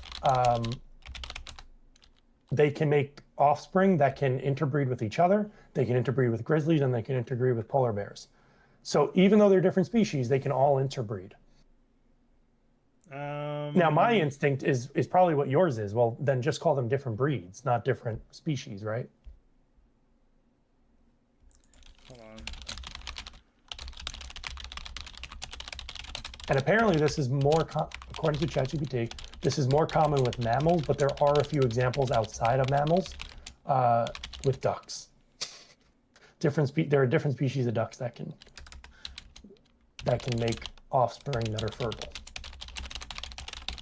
Cattle and bison as well. Yeah, I mean, if that's the point, like, then the next question is, then what's the definition of a species if not that? Like, if that has that's been breached, then that's fucked up. Like I agree with you actually. Like, I think it would be good to come up with a better model to talk about these. But let's say that model is something like this: kinds, right? And unfortunately, I think the scientific community thinks of kinds pretty broadly. Like, I think it would put... It's like a kingdom or something. It's like a family or whatever. Like raccoons and pandas as the same kind. I kind of think those are 2 different kinds, And that's another thing, too. The question is, who's dividing the kinds? And I would say, as a Christian, I want to divide the kinds in the way that God might do it. And I would just say that kinds cannot reproduce across each other, but it might even be the case that some species can reproduce and some species can't reproduce. that doesn't mean they're different kinds. And I think a finch that is so, within its genetic variance, what's allowed, is so genetically different than its cousin that lives in the North Pole because it lives in Australia. If for some reason that changes, that creates an issue where they can't reproduce, I wouldn't say it evolved. I would just say, yeah, it's selected so differently that they can't procreate together, But here's the thing, the finches in Australia and the finches in North America, even if they can't procreate with each other, they can still procreate with themselves, it seems. Otherwise, they would stop dying and they would stop existing in one generation. Right. Like, I mean, yeah, we can zoom out. Like, the whole hierarchy is like domain, kingdom, phylum, class, order, family, genus, species, and like there's different, I'm sure, classifications for what constitutes. But I'm sure there's exceptions to that, and there's gray areas where it's not perfectly, and that is the reality of nature. Like it is complex. So sure, and then yes, if you were to say that, like even with the fruit fly thing, you could go, okay, well, if you define however you define the viable offspring, let's say you define that as species, you could say, okay, well, sure, I therefore, okay, yeah, I can see evolution happening between species, but I don't think it applies to the next level up. And if I showed you an example of that, you could go, well, I don't think it applies to the next level up because those things are too far apart. And at some point, I wouldn't be able to recreate that in a lab because it takes too much time to go from a one order to a whole other order. That takes millions of years. It can never be done. And if you're not willing to... that's the claim. So that means it can't be falsified, which is convenient. But then therefore, well, it's not that it can't be falsified. It's that we'll never be able to falsify it in our lifetime or even in like the lifetime of like our great grandkids. But it's like, in my mind, it's like, okay, you've seen evolution work at, like, you've seen evolution of ideas, you've seen evolution of technology, you've seen evolution within a species, you've seen dogs, you've seen evolution between species, you've seen, but then you're I think that's a poetic use of the word evolution. But you're saying, you talk about convenience, so now we've seen all of these examples of evolution that are within our scope to recreate with science, but as soon as we get beyond the scope of what we can change with science, you go, oh, I don't believe that. I believe all this you can, but not that. Like, it's my like, response to that would be one, evolution. Semantically, yes. If you start writing one story, but it morphs into another story, we say the story evolved, right? And evolved just means it like took on a new form. Sure. Like natural loosely, selection, right? Selection, yeah. Mutation, selection. And natural selection. Yeah, natural selection in a way is a form of quote unquote evolution. It's a specific but the form. Theory of evolution specifically, because we don't reject selection, we only reject the part that says it can go from one kind to another. Sure. All. And that's, I mean, that's good. That's fair. I will say there is a word that I kind of adopted from the Natural Law Institute. They call it evolutionary computation. That way no one conflates. Like when you say evolution, are you just talking about biological evolution? Are you just talking about the generic idea of change? Evolutionary computation is the pattern of mutation and selection across all applications: artificial, sexual, biological, ideological, technological. It's evolutionary. It's that same pattern applied to all. It's a way in which things change via mutation and selection. Yeah. Well, since I believe that God is telling a story, clearly the story evolves, right? But yeah, very specifically, I just don't believe that one animal evolves into another animal. And I would love to see the science on it. I will be dead long before it could be falsified or not falsified. So it's like, it's interesting to me that so many people just take it as hard truth, even though we haven't had enough time to do the real hard science on it. It's all theory. No hardening. I want to go farther into it, but we don't have to right now. But I will say, I think we should go, because Michael said a lot of stuff in the chat. So say what you're going to say, but I think it would be good to go through some of that. Well, I was just going to say, like, what we kind of tangented a little bit off of the point I was making. Like, let's say that we assumed that evolution was true all through and through, but that's within the Christian framework, and so it fits into this, like, the universe was created to look as if things evolved, but that's not actually how it came to be.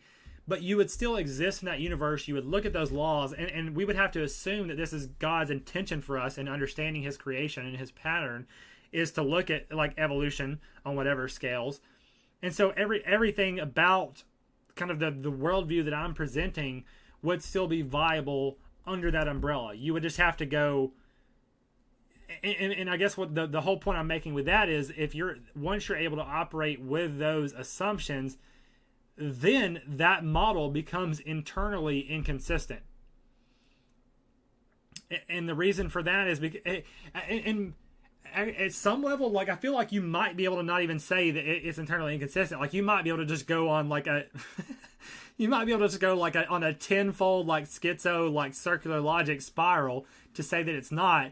But like at that level, it's kind of like it's almost like a cruelty thing. It's like, so like it really is like a sadistic kind of thing. Like, you've been created in this universe with all of this evidence to lead you one way, but it's a total fucking gotcha that it actually is not that way. Like that it's like, yeah, it's almost like an appeal to cruelty and sadism, and like it would have to be like true. With that, in that framing, it would be. So if I believe that God, like, put all this stuff in front of me to make me think one thing was true, but it's really not, right? Then that would be terrible. But I don't believe that. I believe that the devil does that. I believe that God tests you and the devil tempts you.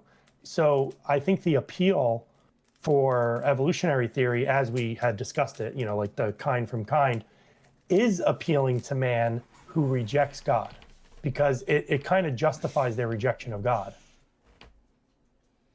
Okay, that's interesting. I mean, yeah, I don't think God put it there. I see what you're saying. I see what you're saying. Like, you're saying, yes, if I'm standing at that page with you, I agree with you, but you're kind of like, here's why we don't get to that page, because we don't even get that far, because we just know that, like, all of that misleading stuff that was put in front of us was actually Satan. But of course, the next thing is like, well, God created Satan. Oh, well, no, he didn't. He was an angel who had free will, who did his own blah, blah, blah, blah. It's just fucking ridiculous. Like, it's just I mean, God created all. Yeah, so God wrote all of it. So he allows it.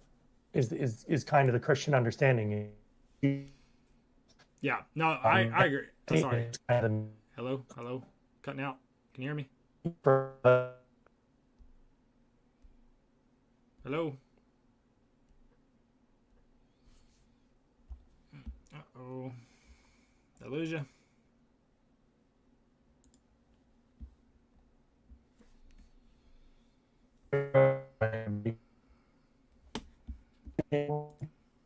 Messing.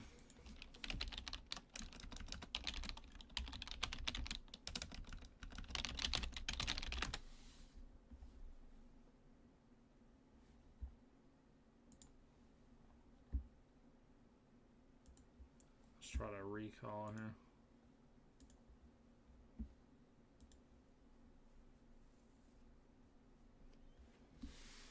Hey, that was very strange. Yep. Let me try to get this. You froze on my end, but on the stream, I see me frozen.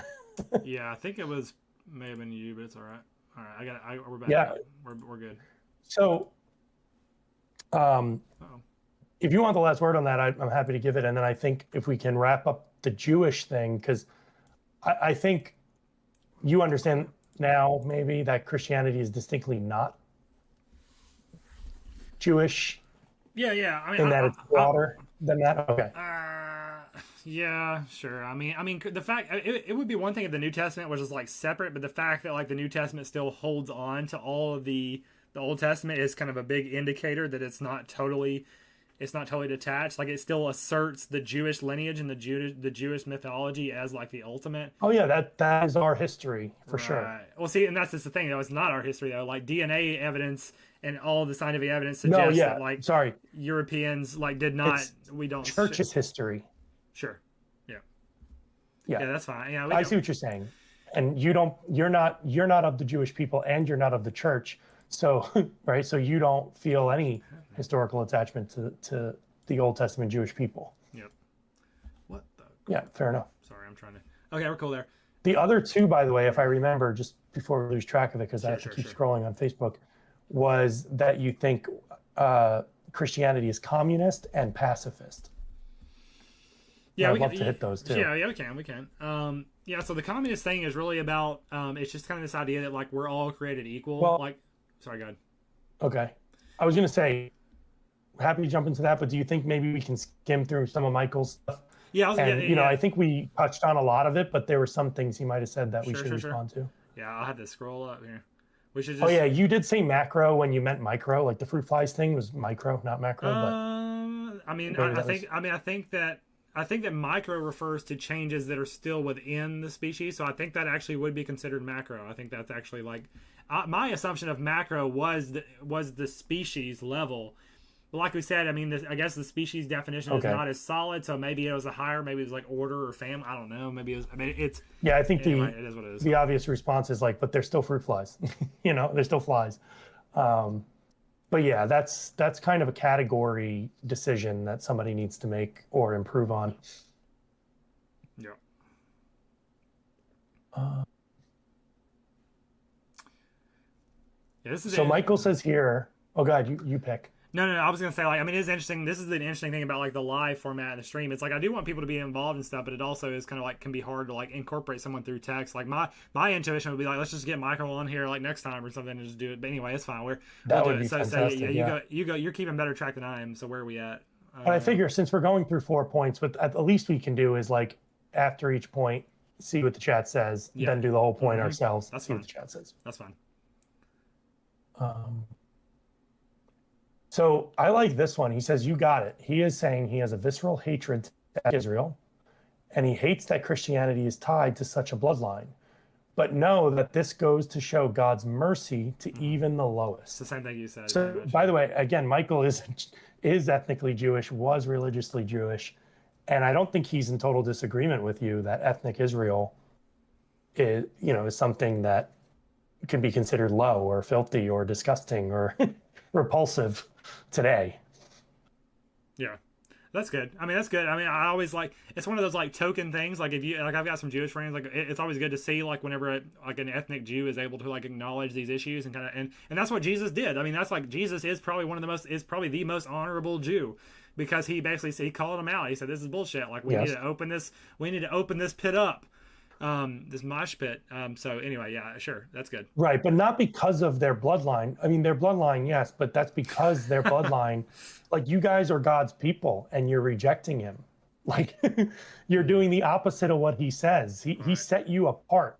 You are special. Everyone else is basically scum, and you are counted as righteous, and you reject the God that counts you that way. Like, what is wrong with you? Yeah. Yep, I agree with that. So I mean, yeah, he was saying like a good point. You know, that goes to show God's mercy, even the lowest. Sure, I mean, like I don't love it, but I mean, it is a point. So, you think you're? I think the word "do" in front of it. Do you think you are a wretched person? Yeah, I saw that. A wretched person. I don't know how to define. I mean, I would say no. I had to define the wretched. It just sounds like it's overly negative, unhappy or unfortunate state. No, I would not say I'm a wretched person. I don't think I'm. I would use 1828. Open up the 1828 dictionary. It's like there's a website. Jesus Christ. Yeah, you do it. So there's a few because I think a lot of the biblical terms still carry the weight of like older English, where Google has completely butchered every word, racism, sex, you name it, right? Sure. So definition 3 says worthless, paltry, very poor or mean, as a wretched poem, a wretched cabin, despicable, hatefully vile, contemptible. Yeah, it's just like bad. He was bad. guilty of wretchful ingratitude. Yeah, like are you Just bad? a shitty person. Yeah, I would say no. I don't think I'm a wretched person. So I don't know what the point was. Are you ever? Are you ever bad? Well, because the Christian believes that that we are without God's grace, like even the unbeliever gets God's grace. Like we believe that good and evil is written on our heart, and the reason you know it's not okay to just go kill your kids or whatever is because you're made in God's image and God put that on your heart. Like you know that that's wrong, even if you can't always explain logically why, right? But that said, you probably have done things that you know to be wrong, right? You know them to be wrong, but you did them anyway. Like, have you lied? Have you stolen? Have you lusted over a woman that's not your wife? Right? I mean, like it's you know, it kind of goes like it's the idea of sinning. Like if you make these assumptions about what is good behavior, like I don't feel like I really. It's like yeah, I might like from a Christian perspective and sin, like sure, yeah, I could say like I'm a sinner, but like from my own perspective, I don't really like have like a, and this is the kind of thing we alluded to I think in chat earlier. It's like there's this whole like this is all baked into like the very bloodline of Christianity, which is that this idea that like we are fallen, we are sinners, we are wretched, we need salvation. Like yeah, we suck, but God's there for us, and it's just like, and I just don't like that. That's like that entire assumption is just like off. Like from even by your own standard, have you ever did something like, what's something that you and I might agree on or that you think is wrong that you might have still failed to do? Like do you think it's wrong to get drunk? No, see, that's the thing. Like, it's a bad idea to this is why my worldview I feel like is like objectively better, because like with Christians it's like they have this standard that they know they're supposed to be at, but that standard has been set against their natural drive, so they are set up to fail. But that's okay because God saves you, and it's just like that whole thing is fucked. Like it's just like you shouldn't have that. Those two things should not be fighting each other that hard. Like for me, the framing is different though, right? Because like we believe that the reason we have the drive to do those wrong things is because we are under the same curse that all of creation is, which is we're under the curse of sin, and we put our own interests above everybody else's. Yeah, so like God gave us free will. It's in this is the whole thing I don't even want to get into, but like obviously the idea is like God gave us free will, we sinned, therefore we were cursed and we were punished, and that's why we do bad. But it's like really like God's all powerful, and yes, He gave us free will with a possibility to sin, but like He would have seen it coming. I mean, God's all powerful, so He created us knowing that we were going to sin, but He's not responsible for that. That's on us and not Him. And then He creates us knowing that we're going to sin, and then He curses us, but that's our fault. Like that's just absurd. That's just you're correct about that, and I don't know the full. Like I think a lot of it is any person will tell, like any theologian who says they have the full picture, I think would be lying. Like I think there's still a lot of mystery under that, but I like to think that if we were not able to sin, and if we did not sin in Adam, right? We wouldn't know half of God's attributes. We wouldn't know that He's merciful. There would be nothing to be merciful about. We wouldn't know that He's just, because there would be nothing to, right? Everything would be fine and dandy. We wouldn't, we would know His love, I suppose, but we wouldn't know, like there would be no need for redemption. Like, I don't know the full purpose of it, but it seems that through the story of our sin, God is able to show us His love, mercy, redemption, justice, all of that. And at the end of the day, it's just like, yeah. So if God is all those things, why not just follow Him? Right. So, I mean, like you just gave some examples for like why sinning helps like create this. Like this is kind of like why even allow for sin to start with. It makes sense like why God allowed for sin in this universe, because without evil you can't have good. Like you need the contrast. That's just part of like world building and story building. I think it's the other way around. Yeah, I mean they need each other like in a way. Like in order to even have a simulation, you have to have these opposites. But I want to go beyond that, not just say like why God allows for evil in concept, but it's like creating us as beings, knowing that we would fall to evil. Like I feel like He takes partial, if not full, responsibility for that. Like he is the source of. Well, evil. He did take full responsibility for that on the cross.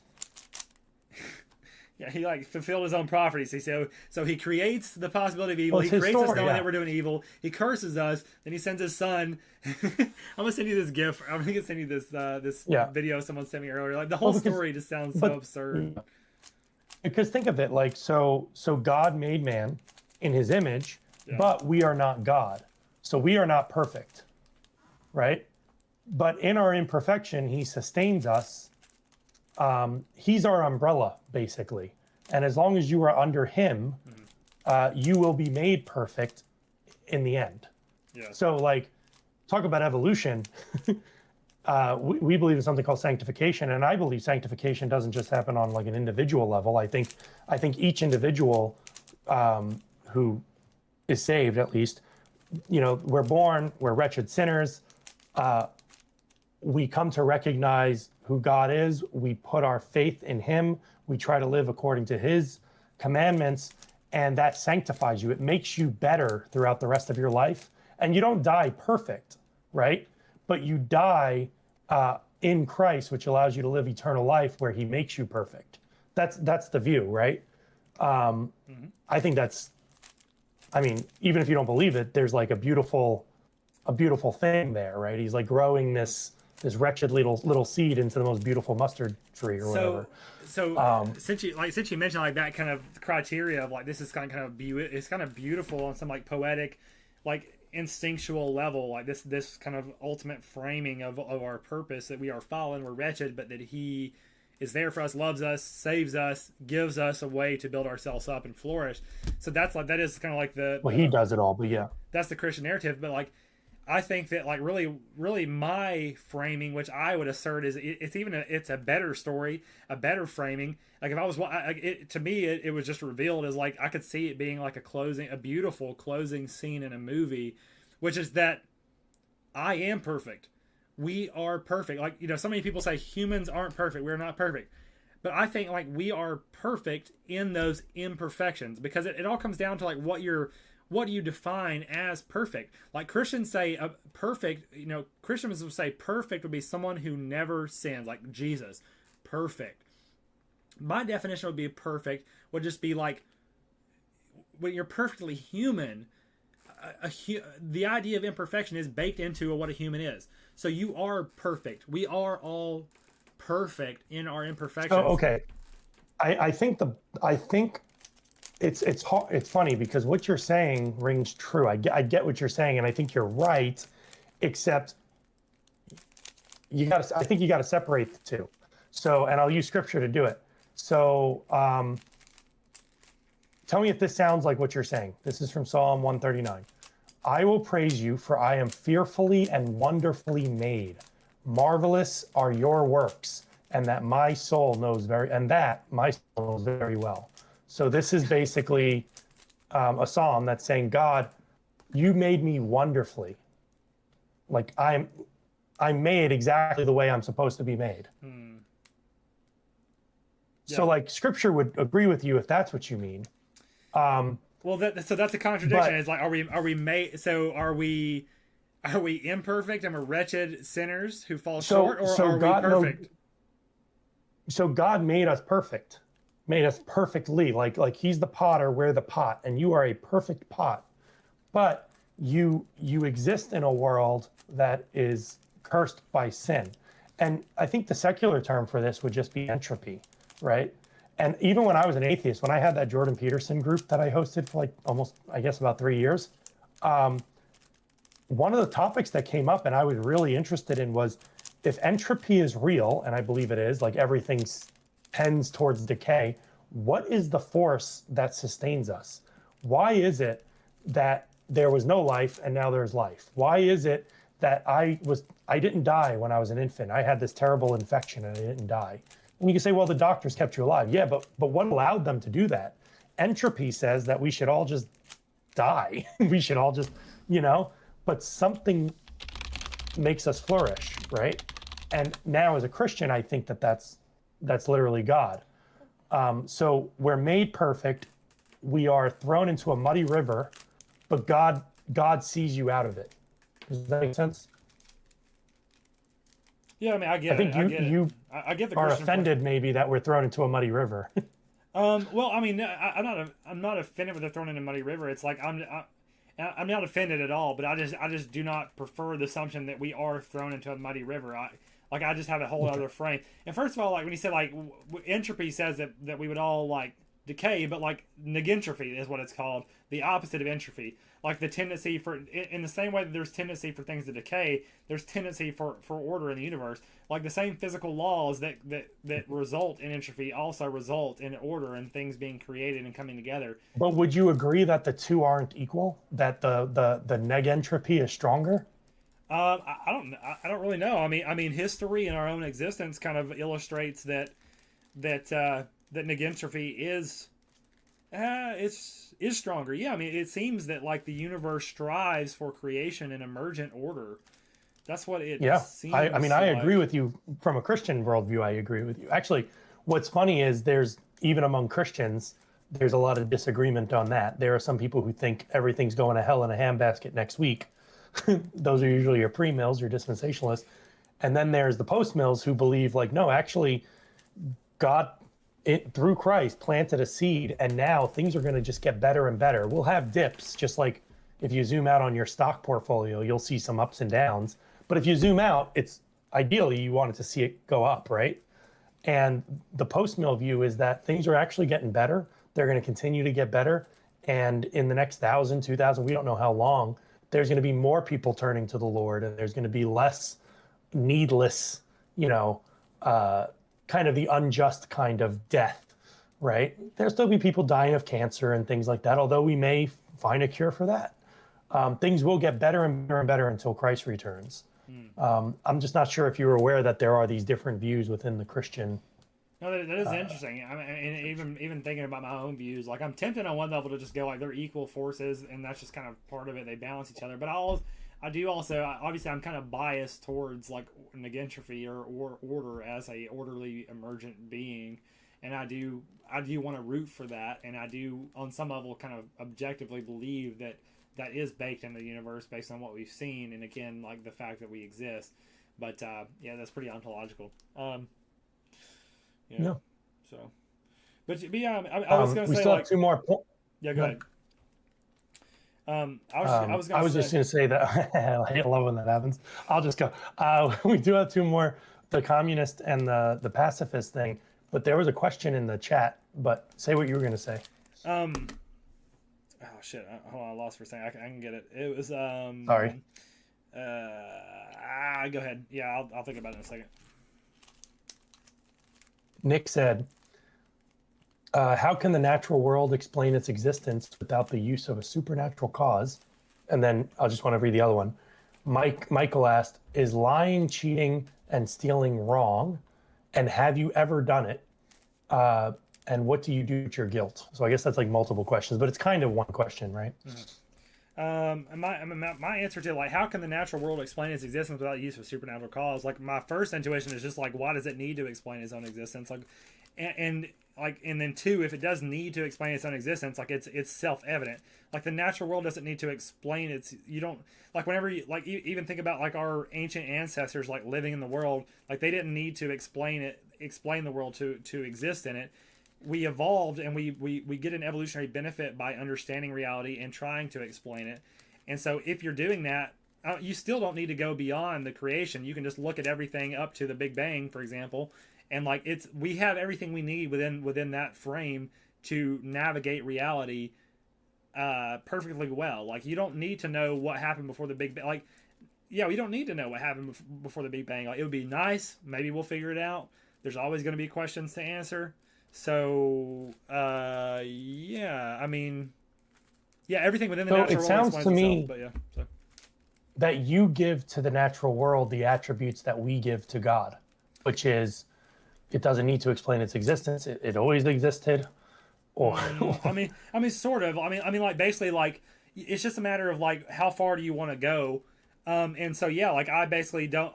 I see no need to go beyond like. I see no need to go beyond what we can actually kind of like measure and verify, because that's plenty. Like it's all conjecture beyond that point. We can all assume what came before there, but yeah, that's as far as I think we really need to go, because it's truly as far as we're able to go. So it's yeah. Do you think there's a convenience there? Like, so if you already hold the presupposition that there is no God, it comes off like a very convenient answer to say, well, I don't need to account for how the universe, right? You can see why it would come off that way to somebody who's like, but there's a God. And you're like, yeah, we don't have to go that far. Well, I mean, obviously it would be more of an agnostic view, if anything. I'm not like to say that there is no God, obviously is like, it's just as absurd to say that there is one because you don't have any evidence one way or the other. So like the agnostic position is much more practical because you don't have any evidence. So like, it's very logical. It's just like there's no. But in practical terms, you might not explicitly believe that there is no God, but you do not believe that there is a God. Meaning, practically speaking, you do not live as though there's a God. Right. I wouldn't necessarily say that because again, it's agnostic, so it's not one way or the other. Like I don't necessarily live as though the Christian God Yahweh. I don't operate within that assumption. But as far as anything else is concerned, I would say that I would say I live in a way that is very agnostic to that question. I would not say that I live as if there is no God. I would not say I live as if there is a God. Like I live as if we do not know. I live as if, and really, I mean, at some level, I will even admit that everything that we are able to see through creation, through science, and through observation, and so forth, that does indicate some kind of intention. So I truly, I probably am not just agnostic. I do go a little bit beyond and lean towards like there is some kind of intention there. I'm not even necessarily like, I'm not going to say it's a being. I'm certainly not going to say it's a god. I'm not going to say it's masculine. I'm not going to say it's Jewish. I'm not going to say any of that stuff. But like it does hint towards. God is not Jewish, by the way. Whatever. I'm not going to say it's the Jewish conception of God. I'm not going to say Yahweh. But I'm willing to go so far as to say, look, there does seem to be some intention in the universe, and through my direct experiences, I feel like there is like maybe even more than that. Like there is a sense of beings, plural, with possible avenues for connection. I mean, and this is of course we're talking about what came before the universe, but we're also theorizing about what may be still overlaying and interacting with the universe now, like just like a supernatural layer, just in the same way that Christians think that not only did God create the universe, but God continues to like kind of interact with the universe. It's kind of the same thing. Like I'm open to possibility. Present, yeah. I'm open to possibilities of that nature, but I'm not so bold as to speak of them. So, because and that's like that's almost like it is a sense of it's a sense of reverence for me too, because it almost feels like a sense of blasphemy for me to put a name to that. Like for me to try to speak of those forces and to give it a gender, to say that it's like a human-esque in any way, and that it has a gender, and here's his name, and here's what he wants. Like that feels blasphemic to me. To assume that we could know that much about the universe. I'm going to assert this, and you can tell me if I'm wrong, but it comes off to me that you more so believe that God is a creation of man and not the other way around, because we don't assign God's gender. Like God's not a he because men were like, oh, I'm a he, so therefore God must be a he. It's the other way around. Like the reason I'm a he is because I'm made in the image of God. God made man, and then from man he made woman. Woman is man's helper, right? That's the Genesis story. So our gender is based off of the image that we're made from, which is God's, not the other way around. But it makes sense that you would see it the other way around, I think, because you do tend to think that God is a man-made on some level conception and creation. Yeah, like I think that man has created a concept or an understanding. We have an understanding of God.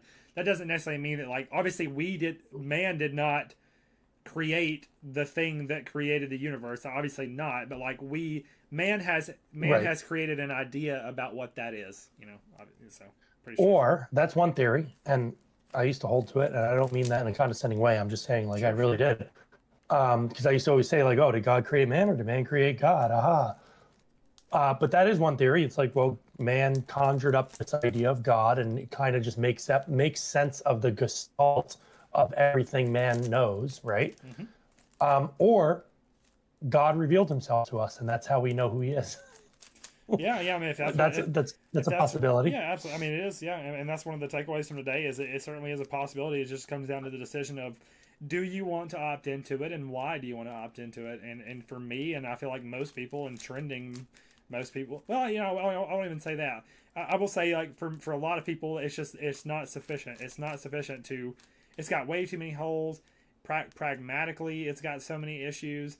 I just think that, like, there's not a really strong case. I mean, before we had science, before we had these things, like, yeah, or if you had a sword at your throat, yeah, I mean, that's a good time to convert, I guess.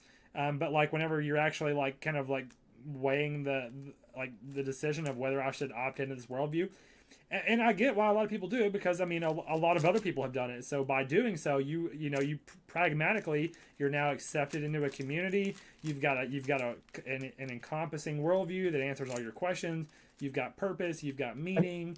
You got it all. I mean, it's a good product. Sorry, you got cut out. What's up? I think the real reason to convert to Christianity, though, is that, like, it's not pragmatic or practical.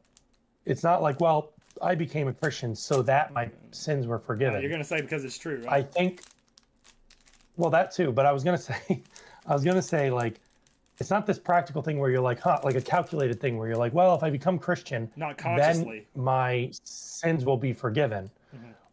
Really, you become a Christian because you understand that your sins are forgiven by Jesus, and that he's not going to make you live in eternity.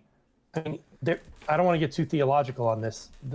There's a sense in which if you have faith in Jesus, like, yes, God gave that to you, but from our experience, like, the reason you follow Jesus is because you acknowledge that you have sin and that nothing can save you from the sin except him. Right. So you follow. You know what I mean? Like, right. It's like if you were, yeah. I was just gonna say, like, it's like they sell the sickness and the medicine. Like, first they have to get you to believe. You have to believe that you're sick and that you're a sinner and that you're wretched. You have to believe that first in order to believe that you then need Jesus. So, like, what if you don't believe that first thing in to start with? What? Why? Dude, why I think should that's very profound the way you put that. Yeah, yeah. Like, why should I? Why should I believe I'm a sinner? That's a good question. I mean, that's the right question. So Michael kind of asked it in 5 parts. Is lying, cheating, and stealing wrong? Actually, yeah. Can you just do that? Because this is a very common. Rebuttal. It almost sounds like, what's his name? There's the street preacher. His name is escaping me right now. That kind of goes through this kind of questioning. But is lying, cheating, and stealing wrong? Have you ever done it, even once? Mm-hmm. And then, what did you do? What did you do with your guilt? And is there ultimate justice for that crime? That sin you committed. Yeah. So so is lying, cheating, and stealing wrong? I would say that it is, but by a different, like, objective moral standard than Christians would say. Like, I would say that they're wrong by an evolutionary, like a scientific evolutionary standard, because if you lived in a society where lying, cheating, and stealing was okay, that society would crumble because there would be no trust and people would just fucking kill each other. Or you just might as well throw murder in with that. Like, people would just fucking kill each other. And so obviously, like, the societies that decided, okay, well, actually, let's try to be moral, those societies thrive, whether it was a Christian morality or some other sense of morality. So, obviously, the reason. So there's the most stability when there's the most morality. Exactly. Yeah, it's an evolutionarily sound. Morality itself is like an evolutionary principle. That it makes sense why we evolved morality. It makes sense why we evolved morality, whether it was Christian morality. Obviously, morality is not exclusive to Christianity. Moral systems have been developed all over the world and throughout time before Christianity and before Judaism. Anyway, so that's what I think about that. Yeah. Anyway, it's fine. Well, I'm just saying, technically, there's no before Judaism or before Christianity even, because the story starts at Genesis, right? I mean, I think there's probably, like, well, again, I was gonna say, like, there is archaeological evidence. There's like Gilgamesh. There's, like, Eastern lineages. There's probably even archaeological evidence of, like, you could even draw to, like, show. But, like, again, you could then counter and say, like, all of that stuff exists within to be created, that to assume that it looked like the universe. It's just like, okay, well, that's a non-point. So okay, and then he says, have you done so even once? Like, sure, I'm sure I've lied before. What do you do with your guilt? Yeah, and okay, so you agree that lying is wrong. And even if you could say, well, there's some circumstances where it's right, you have lied in a way that you would consider, like, you shouldn't have. It was wrong. Well, and that's the thing. It's like, it's almost one of those things where it's like lying. And it's not a very. It's hard to, like, very concisely code morality, because morality itself is very much a gray area in the sense that, like for example, you could say murder is always bad. Well, what if someone murders, like, 20 by definition people? though? We should kill them. Like, we should murder them. So, like, murder is not always bad. Well, I guess. Yeah, but no. That's a semantic trick. Murder by definition is bad because murder is an unjust killing. Okay. And sure, unjust means right. Okay. So sure. then what you're doing is, by putting them to death, you got to decide, is it just to put them to death or is it unjust? If it's just, it's not murder. Okay, well then, the idea of justice itself is one that is very moral, because, like, it can be very relativistic, it can be very subjective. It's like a lot of justice itself can be very, and I'm not saying it's, like, subjective to the point of nihilism where you can't have any kind of laws. Obviously, you should have, like, again, like a kind of a compass. I think what you're saying is it requires discernment, and it's kind of up to the people who are discerning. Yeah, and so like you said, like okay, you lied. So then, do you then treat that as a sin that you shouldn't have done? Well, not necessarily. Like I'm sure if I lied, there was probably a reason why I did it. And if I think about should I have done that, well, I have that creates a whole like thing I have to look at. Should I have done it? What was the outcome? What was the trade off? Blah blah. Did I lose trust? Do I feel guilty? Like what's the whole equation there? And I don't think there's ever. Here's an analogy. Here's an analogy I like to use. Imagine you blow up a balloon and it's like that perfect balloon shape, right? Mm-hmm. If I push over here, right, what's going to happen? When I push over here on the balloon, something's going to happen somewhere else on the balloon, right? Because it's going to try to maintain its volume. Mm-hmm. I think of morality similar to that. Mm-hmm. So there's this stable state. Morality is like when everything's perfect, there's just this stable state to the universe. Mm-hmm. And what happens is when you lie, right? Just think about all your relationships. You're kind of pushing the balloon over here, but that's creating an effect somewhere else. Like it has to, right? It's a karma. Yeah, I mean, yeah, the Hindu idea of this is karma, that you can't do anything without it coming back to you, or at least having some effect in the universe, right? Mm-hmm. So when you sin, like it does propagate, and there, like, you've actually disrupted the moral perfection of the universe. Every time you sin, you do that. Now, some sins are small, some sins are big. Right? Like if you murder somebody, you have the sense that that's way worse than if you like stole their cookie, you know? But I think the question that Michael asked is good, which is like, you know, say you lied to your wife, or say you lied to your father or mother. Like, do you feel guilt? Do you eventually apologize? Like, what's your path to justice? And is there an ultimate justice is the question. Yeah, so like again, I'll just say like it really just depends on the context. Like there could be some lies where I was like, I think that the ends justify that means, and I would have done it again, and I don't regret it or have any guilt at all. Like I think that that's a situation where lying is just in a way. And then likewise, I might go, yeah, that was messed up. Like I didn't like what happened there. That was bad. I would have taken it back. Like I think I should be punished, or someone should be punished. Like so. So yeah. So you can acknowledge that you've done something like lying for your own gain, even though it was like the wrong thing to do. Yeah, I'm sure there were like times. That's happened. There were. I'm sure there of those times. There definitely were some where I would I would consider it like that was wrong, and I would have, like I regret doing that, and I am guilty for that. Like I do have maybe in some situations like guilt, but like it's not like this like. It doesn't go nearly to the level that Christianity takes it. Like, oh, I'm guilty. Like, I'm sinner. I'm going to hell. Like, I'm fucked up. No, it's just like... No, it was like... Christianity, that's not the whole picture. Christianity says, yes, you lied, which is a transgression against the person you lied to, and it's a transgression against God. So, yes, you are destined for hell now.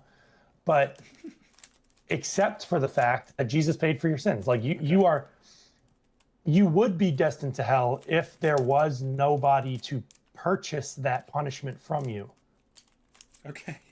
I mean, I don't know. Like I know you don't agree with it, no, but I just want you to make sure that you understand the view. I get it. I just think this is just, so yes, I get it. But it's just like, yeah, just when you're comparing these two different moral frameworks, like it's just like, this one is just like so absurd. It's like, we're creating these like hard moral code where like this is always a sin, and you are inherently a sinner. But hey, we have someone that saves you. You're lucky. You know, it's like that whole thing is just like really. Whereas me, I'm just like looking at it so much more pragmatically and so much more naturally. Where it's just like, look, like it makes sense why we have these kind of like general guidelines. Like lying is generally bad, but you know there is context. You know, and so yeah, like sometimes. Yeah, I would agree. I think there are permissible times to lie.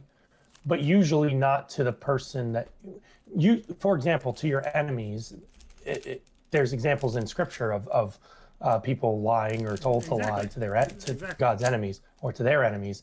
But you don't lie to somebody you love, because that's contradictory, right? Well, I mean, obviously, like in general, you want to tell people the truth. But like, for example, like if my wife was like, you know, there's this classic example of like, she's like, how do I look in this? And you know, you might think that like she doesn't look that good or something, or maybe that's a pretty subjective thing. It could be something a little more objective, but you might lie and go like, you look beautiful, you know? And it's like, well, you should tell them the truth because you love them. But it's like, you know, it's a white lie. It's a little bit of a stretch. The problem with that is No, the answer to that question is don't ask me questions you don't want the answer to. Like, because she's lying, right? She's not really asking you how she looked in it. So Okay. she's lying, and then you feel, well, now I have to lie. And this is why lying is so bad. Well, how is she lying in that situation? Because she's not actually asking you how she looks. If she was genuinely wanting to get constructive feedback, then you would just tell her the truth. But the reason you lie to her is because you know she's not really asking for constructive feedback. Well, maybe she's fishing for compliments. Well, no, maybe, Well, she if she really is wants to asking for know. constructive feedback, why would you lie to her? If she's asking for constructive feedback, why would you lie to her? Like Tyler, well, we're men. So if I asked you, hey, how does this suit look? I feel like you would just tell me like, I think you could do better, right? No big deal. Right. If she was genuinely asking you, hey, how does this dress look on me? If you said, oh, I think it makes your butt look, but she's like, I guess it does. Let me find something else. No harm done. Yeah. But if you say, well, I think it makes your butt look kind of big or flabby or whatever it is, and she's offended, then she's lying because she wasn't actually asking that question genuinely. She was just fishing for compliments, but disguising it as a question. And that's just another example of how these things about how morality is so gray, because you're kind of saying that like the intent behind what she asked could determine whether or not it's a lie. Like usually you have a statement and that statement is like true or lie, but now it's like this is an inherent statement that can't be judged by itself, but you have to look at the intent behind it, and now that determines if it's a lie or not. And so like that gets like super tricky. Let's talk definitions, because a lie is always based on intent. You can say the right thing. Like let me say this. If you say something that's just incorrect, you're mistaken, right? But if you say something that's incorrect that you know is incorrect, you're lying. Sure. But sometimes you can actually, it's so funny. Sometimes you could say something that you think is incorrect intentionally. Mm. It happens to be correct, but it's still a lie because you said it with the intention to mislead. Yeah. Okay, sure. Okay, I guess the whole point there was that like sometimes lying is good. Sometimes lying is good. I mean, that wasn't a great example. I'm just trying to think if there was another one. Okay, what about like your even more innocent lie, like telling your kid that like about Santa Claus, or telling your kid any number of like things that aren't like factually true because they're a kid and their worldview is very like simple, and it's just like for many pragmatic reasons it might be better to tell them something that's not true. I'm not one of those Christians who is like stark against Santa Claus, but let me add some qualifiers there. If we were to do Santa Claus, like say we go to the mall and there's a Santa Claus there, my kid will know that it's pretend, it's a game, it's fun. That's it. It's like watching Lion King. Lion King is not real. You know, some of the underlying messages really hit you in a real way. Like when Simba is trying to wake up his father, there's something real about it, but he knows it's just a cartoon, and he's participating in a fiction. So if we do Santa Claus, he'll know that he's participating in a fiction. That's all. Like for fun. Yeah. I mean, I can see that. I can kind of. It's like that's interesting. My son's only like 15 months old, so like we haven't really gotten to that stage yet. But like it is really interesting to think about like, would you allow them to kind of like really kind of embody this like fiction just because it's like fun to be a kid and to be in that, versus like kind of like almost like spoiling it a little bit and going like, well, it's not really real, but like it's like kids. Can kids really even comprehend that? Like it seems like a kid either has to go, it's real or it's not real, to how to tell them like it's sort of real, like it's it's just like pretend. Like I don't know. I feel like that kind of just ruins it. My oldest will be 3 in January, and I can tell he totally thinks Pokemon is real. Like we watch Pokemon sometimes, or he'll watch me play the games. Good shit. And he was a Pokemon trainer for Halloween. He takes any ball in the house is a Pokeball now, and he tried to catch his brother the other day. Nice. You know, he's like throwing. He's like, so he thinks it's like real. Like I feel like he thinks it's like real on some level. But not because I'm telling him it's real. He just because like you said, he's young. He doesn't understand. I'm never going to lie to him and lead him to believe it's real. I'm going to tell him it's a TV show. It's a cartoon made up. It's fun. Somebody made this up. I don't know if you know the history of Pokemon, but the guy really liked collecting bugs and plants and stuff, and he wanted to turn it into a video game so that other people could experience that. And it's like nothing wrong with that. So Santa Claus, we'll watch all the classics, Rudolph, all that stuff, but it's all fiction, and he knows that, right? To answer your question. Yeah, I mean, I don't know. Like lying, cheating, and stealing.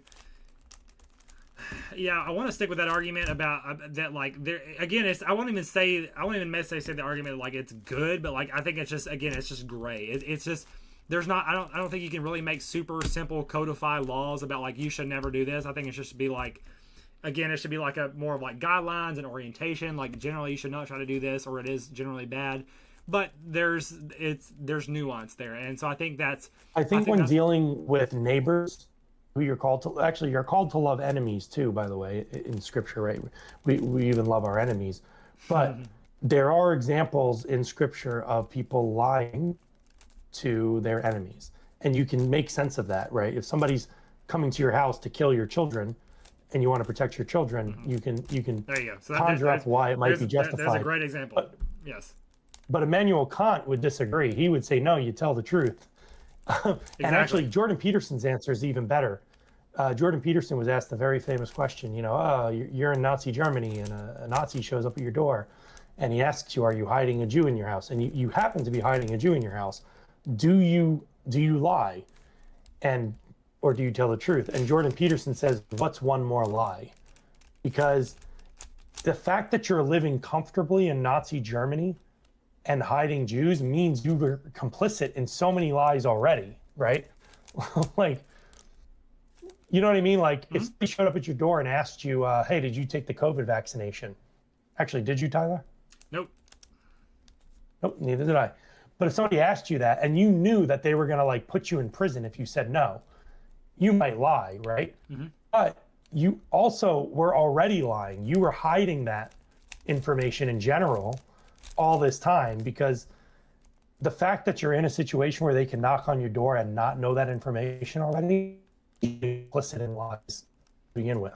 Yeah, I mean, like that's a decent one, but like then again, you could try to extrapolate that same logic for why you would lie in situations that would actually not be very justified, like just like a straight up lie. Like if you just get caught in a string of lies, like it starts out innocent and then it escalates and it just gets caught in a string of lies, and like you could be like, well, should I lie again? Well, I've already done it now. What's one more? But like that lie that you're about to tell could have drastic, terrible consequences. So I don't think that's really. I mean, yeah, it's kind of interesting, but I don't think that's great. I think short of dealing with enemies, an enemy I define as somebody who wants you dead, basically, or somebody who's willing to kill you if you don't obey them, kind of thing, right? Short of dealing with enemies, I think it's always better to tell the truth, and you have to trust that whatever the outcome is, even if it's not an outcome you like maybe that means you get fired from your job. You have to trust that it's the best outcome overall, meaning for you across time and for other people. Like if you stole from your job and they so that's already wrong. Did you steal this? You should just say, yeah, I did, right? You might get fired. They might forgive you, whatever it is, just trust that that's the best outcome. Confess your sin, ask for forgiveness and move on, which is obviously a very Christian message, but. Yeah, I mean, and even the fact that you're saying that like lying is bad, except your enemy, like the fact that there's even one exception just goes to show that like that morality is nuanced, and the whole point there is that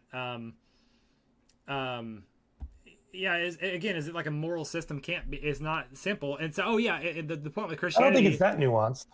Well, it's not that nuanced, but like Christianity is like saying essentially all forms of sin. Like if you lied at all, that was considered a sin. You're bad. You're bad, but like you're a sinner, you need salvation. Whereas my framework would be like, it's like much less like self-punishing. Like why beat yourself up so much? Like what's really the positivity? I don't beat myself up.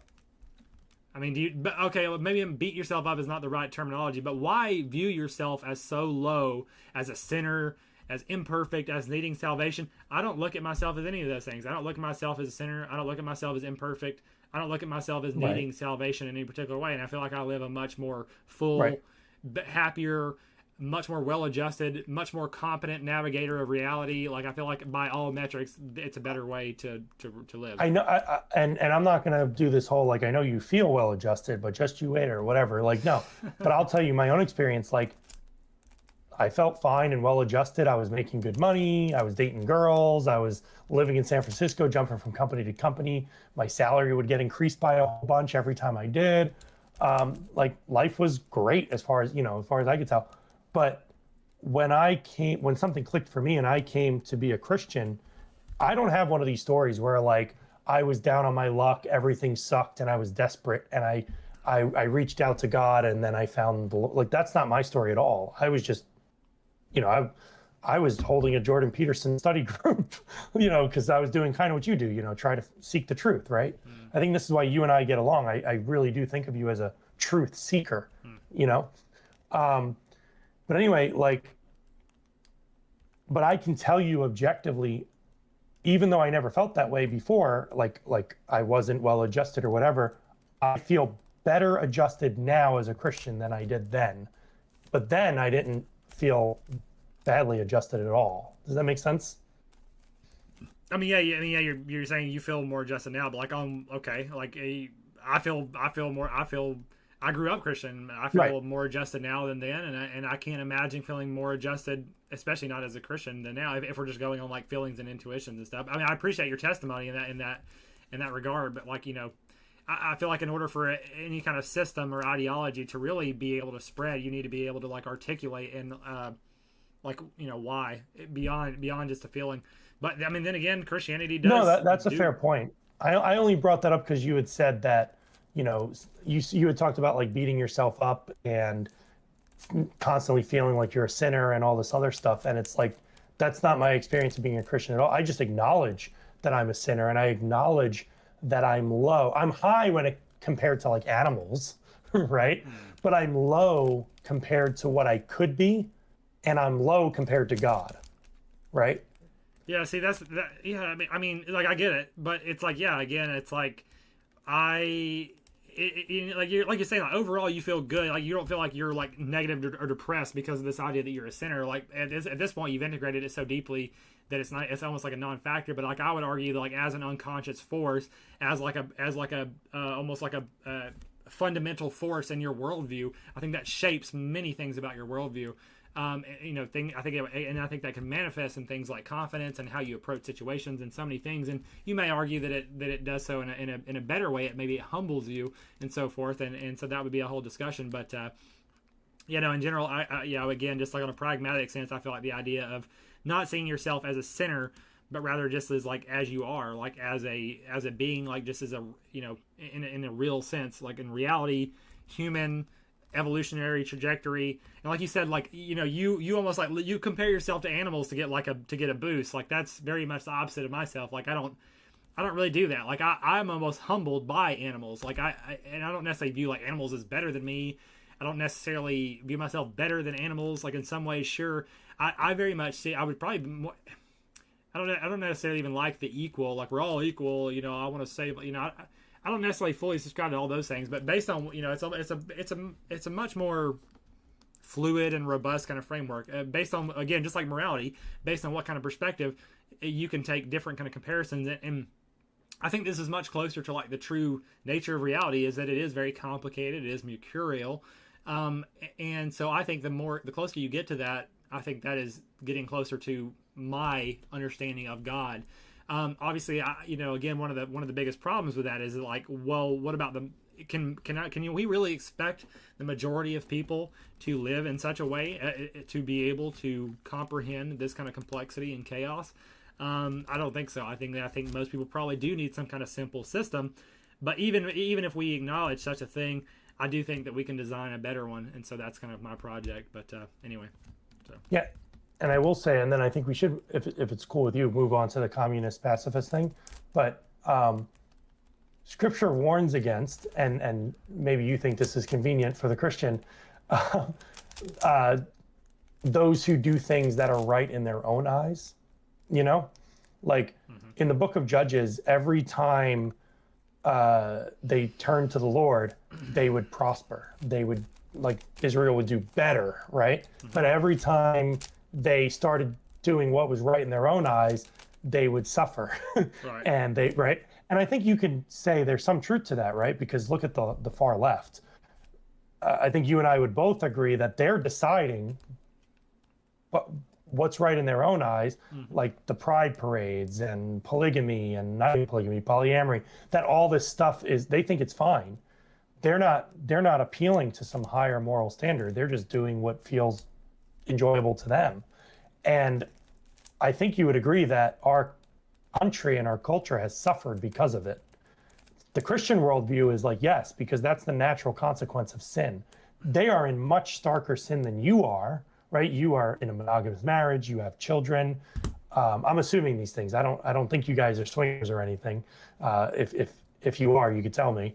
And if you are, but you're ashamed to tell me, that says something too, right? Because you know what I mean? Like, even the fact that there are people like Christians sin, but they have shame in their sin. Look at the left.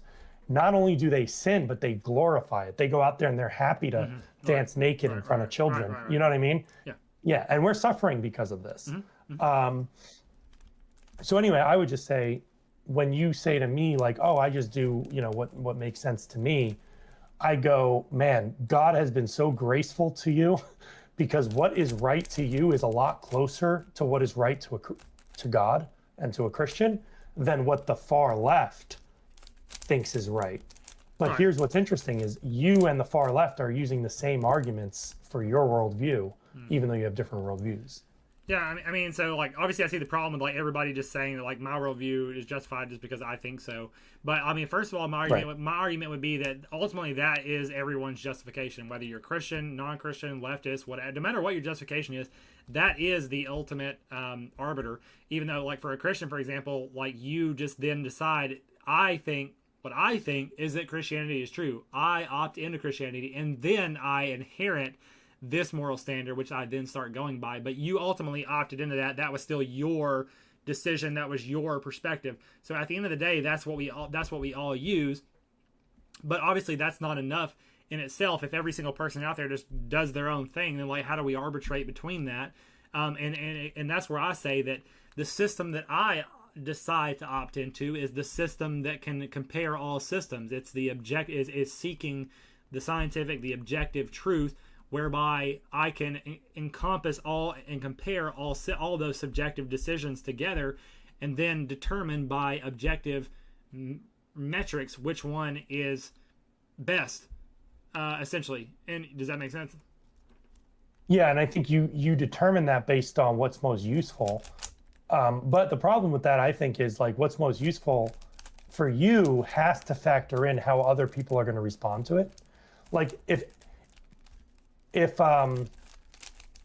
telling a white lie to your wife because she asked you if her dress made her butt look flabby or whatever, if telling the white lie to her was had a better outcome than telling her the truth, you might choose to do the white lie, right? Because of what you decided is the right outcome that you're looking for. The Christian generally is saying like, no, there are things I act in ways that are contrary to what I want to do, or that I think would yield the best outcome, because I want to act the way God wants me to act, even if it hurts me. So for example, there's a pastor that I really like. He wrote a book that me and my wife read. His last name is Renahan. I can't think of his first name right now. He apparently was caught in adultery. Okay. I don't know the full details. I don't know if he was like looking at porn, because that's adultery, or if he was sleeping with a woman. It sounds like he probably did something with another human being in person, right? And he wrote a public letter and he confessed his adultery. He also confessed that he did not bring it to light. He was exposed, meaning he was caught. It's not like he felt shame and said, honey, I need to tell you something, right? And he decided, I'm stepping down from my ministry because of it. Like, because he's scripturally, he's not qualified to do his ministry because he is in deep sin. Now, people argue about if he repents, can he ever be a teacher again? People argue about that, and that's a good conversation. I'd love to have that with you, Michael, if you're still listening. But my point is, if it was up to him, he would still have his ministry. He would still sleep with that woman that he was having an adulterous relationship with. But he's putting aside what he thinks is okay for what God says. And the question is, like, who are you when you feel like you're wrong and you shouldn't have done that? By whose standard are you deciding that? Are you deciding that in part because man has punished you for it? Or You know what I mean? Yeah, I mean, well, I mean, Is that like, a fair question? yeah, Like, yeah, yeah. No, I see what you're if getting man at. didn't punish you for it, would you consider? Would you continue in your adultery if that was your sin? Um,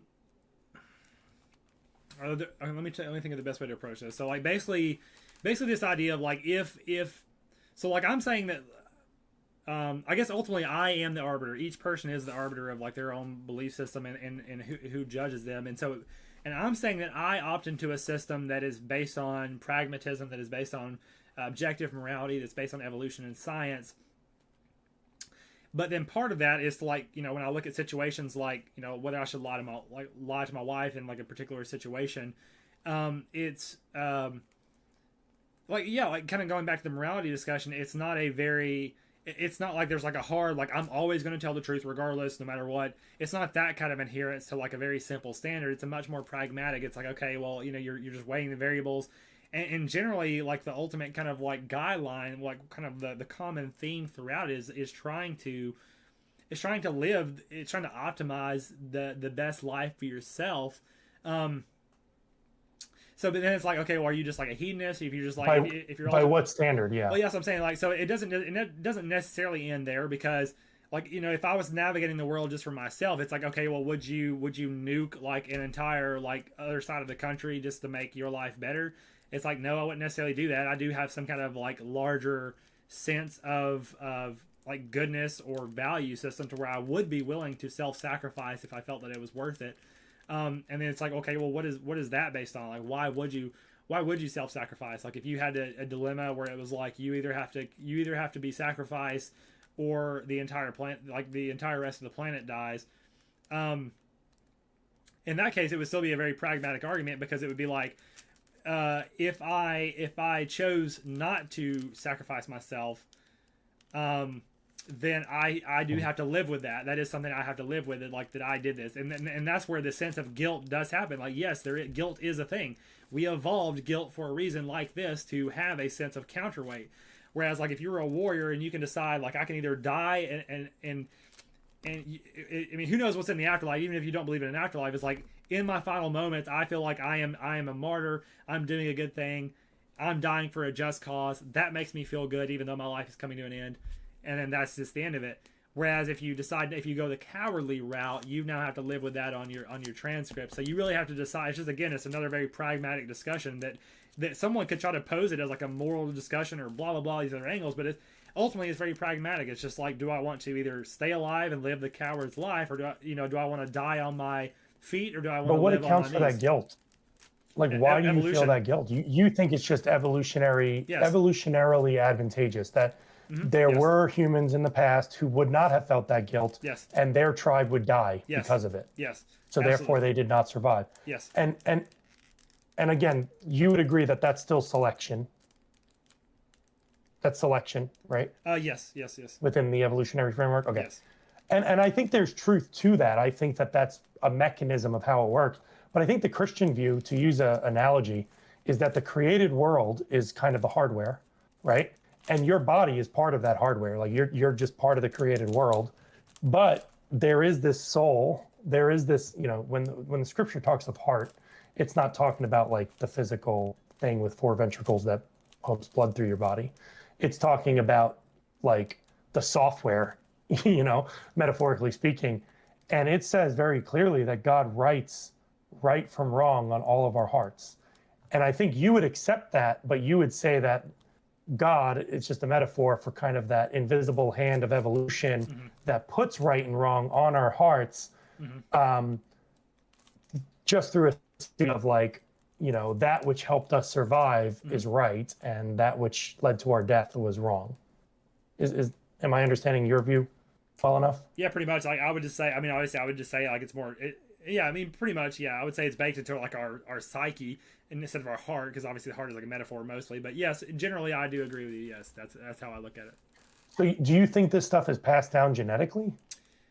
I do believe that there is a lot of these mechanisms are like are deeply they're deeply enough embedded that I do think that a lot of the actual the actual genetic processes that help to shape our brain and help to shape some of our neural patterns by default. I do think some of these structures, like moral structures and stuff, get baked, and guilt get baked into a pretty deep level. But I do think that obviously there is a very strong cultural upbringing component on top of it, that would account for a lot of it as well. Where you indoctrination might be a good word. Sure. Like where, yeah. Because like I know a lot of atheists will bring up like if you were born in the Middle East, you'd probably be Muslim. If you were born in America in the 1940s, you'd probably be a Christian. Like obviously your environment has a huge impact on your worldview. Yeah. Can we tackle I don't know how much time you have left. Can we tackle communism and pacifism? I'm probably coming to an end. We'll probably save it for next time. But we've covered some good ground. It's been a good about 2.5 hour session or so. So, is that how much time has gone by? Jeez. Yeah, I think so. We started around 7:30. So I guess it's almost 3 hours now. So yeah, man, it's been a banger. It's been a banger. If I'm right, and I want to recap, the four things you said you have an issue with Christianity is that Christianity is illogical. What was the second one we covered? It was like number one was logical. Oh, number two was Jewish.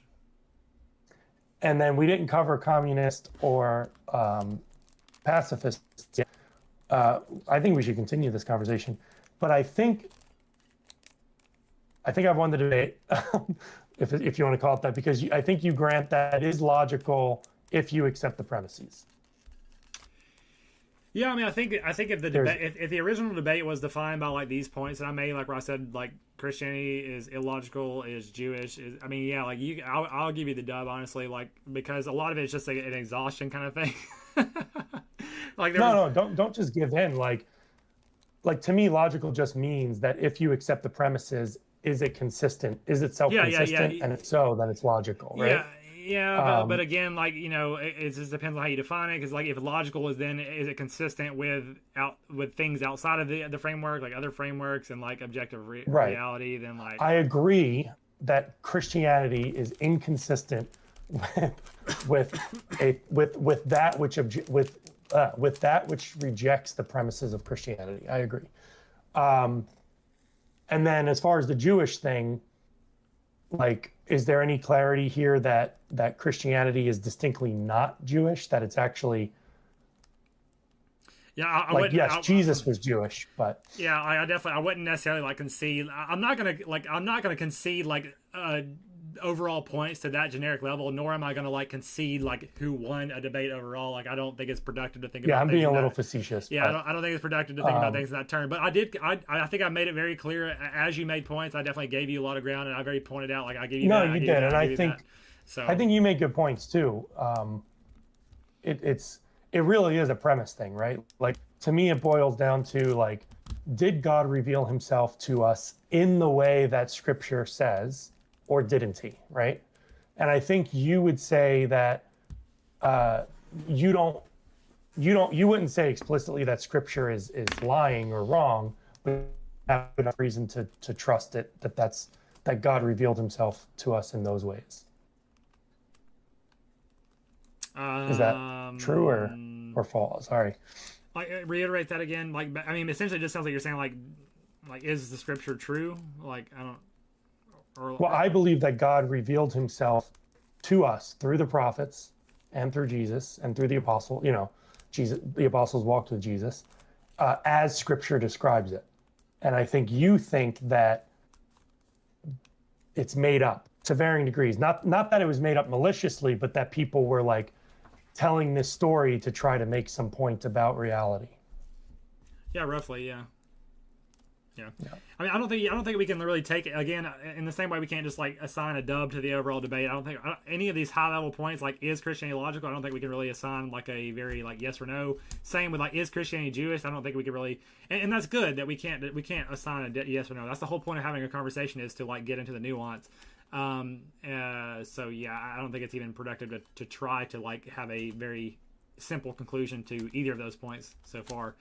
I just think that if you believe what I believe, that that God revealed himself to us, then a lot of what I said follows. But if you Yeah, yeah. reject that, then a lot of what you said follows. Yeah, exactly. Like, I mean, like with the Jewish point, it's like if this, then you could say yes, it's Jewish, or if this, then you could say no, it's Jewish. Same with logical. You could, if this, then you could say Christianity is logical. If this, then Christianity is illogical. So there's just conditions for either one to really come, and that's what we mapped it out pretty good. So I think that was the win that we both the win that we both get, is that we elaborated our points and kind of mapped out what those conditions would be.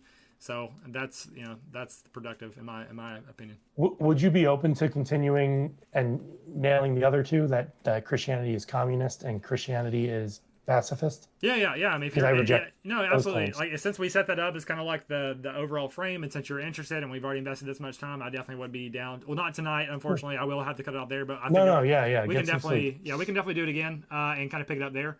And just to give you a little, just a slightly more information, just so you have to be thinking on. Like, when I say Christianity is communist, I'm thinking of like the idea that like everyone is equal, that it does not, it kind of discourages any form of hierarchy, whether it's racial hierarchy or sex hierarchy or wealth hierarchy. It kind of tries to trample all those and kind of say, like, it tries to like lift up the slave and the damned and the weak people. It's all about the weak people are being lifted up and the strong people are being discouraged. The strong people are going to hell and the weak people, you get the idea. We're all equal in the eyes of God. That's the idea of the communists. And the pacifists, I think, like I saw someone in chat, like the idea that like, most everything that Jesus taught was very much like turn the cheek, love your enemies, do not fight. He flipped the table once and then he said, I come to bring the sword, but he says against your family. So overall, the message of Jesus is very pacifying, and even outside, I mean, just overall, as we see Christianity today and throughout the world, it very much feels like a pacifying force that turns off people's minds, and really, instead of asking questions and getting them riled up, it really kind of soothes them and gives them answers. You see what I'm saying? So that's kind of the idea there. So we can go into it. In a similar vein, can I give you my quick thoughts on those two for you to think about before our next conversation? Sure. So yes, Scripture does say that we are all equal in dignity, like we're all made in the image of God, so we are all humans, we are all in need of a savior, that kind of thing. But Scripture, and I'll make the argument in our future discussion, does not say that we are all equal in position. Clearly, husbands are the head of their wives, elders are the head of their congregation, that kind of thing. So there is hierarchy, but I agree with you that much of the church has abandoned that hierarchy. Let's even say that patriarchy, and it's been to our detriment. It's a bad idea, and I have that same criticism of the church. They're wrong. The church that does that is wrong. Second, as far as how do you say that word? Pacificity. Pacificity. Yeah. Yeah. I mean, Scripture is pretty clear. Like, there's this whole verse that says the gates of hell will not prevail. Like, gates are not attacking forces. Gates are defensive forces. So the message in Scripture is that the church is a very active force and that we are going to overcome the gates of hell. So this idea that we're to be passive is wrong. When Jesus says to turn the other cheek and to do all of that, I think he's speaking in a context of not provoking people to basically kill you. I think if Jesus, and Andrew Wilson made this point, and people have their opinions of him, but I think he's right. If Jesus had the opportunity to debate like you and I do and is relatively safe, I think he would sound a little bit more harsh than what people often paint him as. Right. He wouldn't be filthy mouthed and like a sailor or anything, but he would rebuke you pretty firmly, not just turn the other cheek every time you get a good jab in. Yeah. That sounds good. Yeah, so that's good. Yeah, That'll be a good place to pick it up next time. Next time. Yeah, sounds good. Hopefully we get something on schedule within the next couple of weeks or so. I know Thanksgiving's coming up, but yeah, man, it's been good. Thank y'all for everybody's listening, Nick and Michael and Kova. You know that person? Because that's the only person I don't know. Yes, yeah. We've done a few different talks. He's been on my he's been on the Natural Order Show, some of the earlier episodes and stuff. So good contributor. So thank you guys for tuning in. Hopefully y'all catch it next time. I look forward to chatting with some of you guys and hearing your arguments. Hopefully, I think these comments should be preserved, so I will try to come back through and try to address them and maybe hit you guys up on X and just continue the conversation. I appreciate it. So cool. I think we'll probably I think you mentioned, I don't know if Michael would ever be down for it, but I think you mentioned like it'd be cool to have some of these people in chat on a stream someday. So if you guys are down, Nick and Michael, talk to me and we could probably make that happen.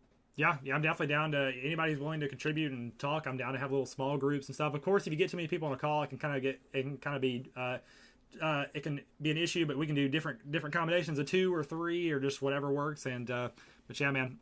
Again, I appreciate everybody. Looking forward to continuing.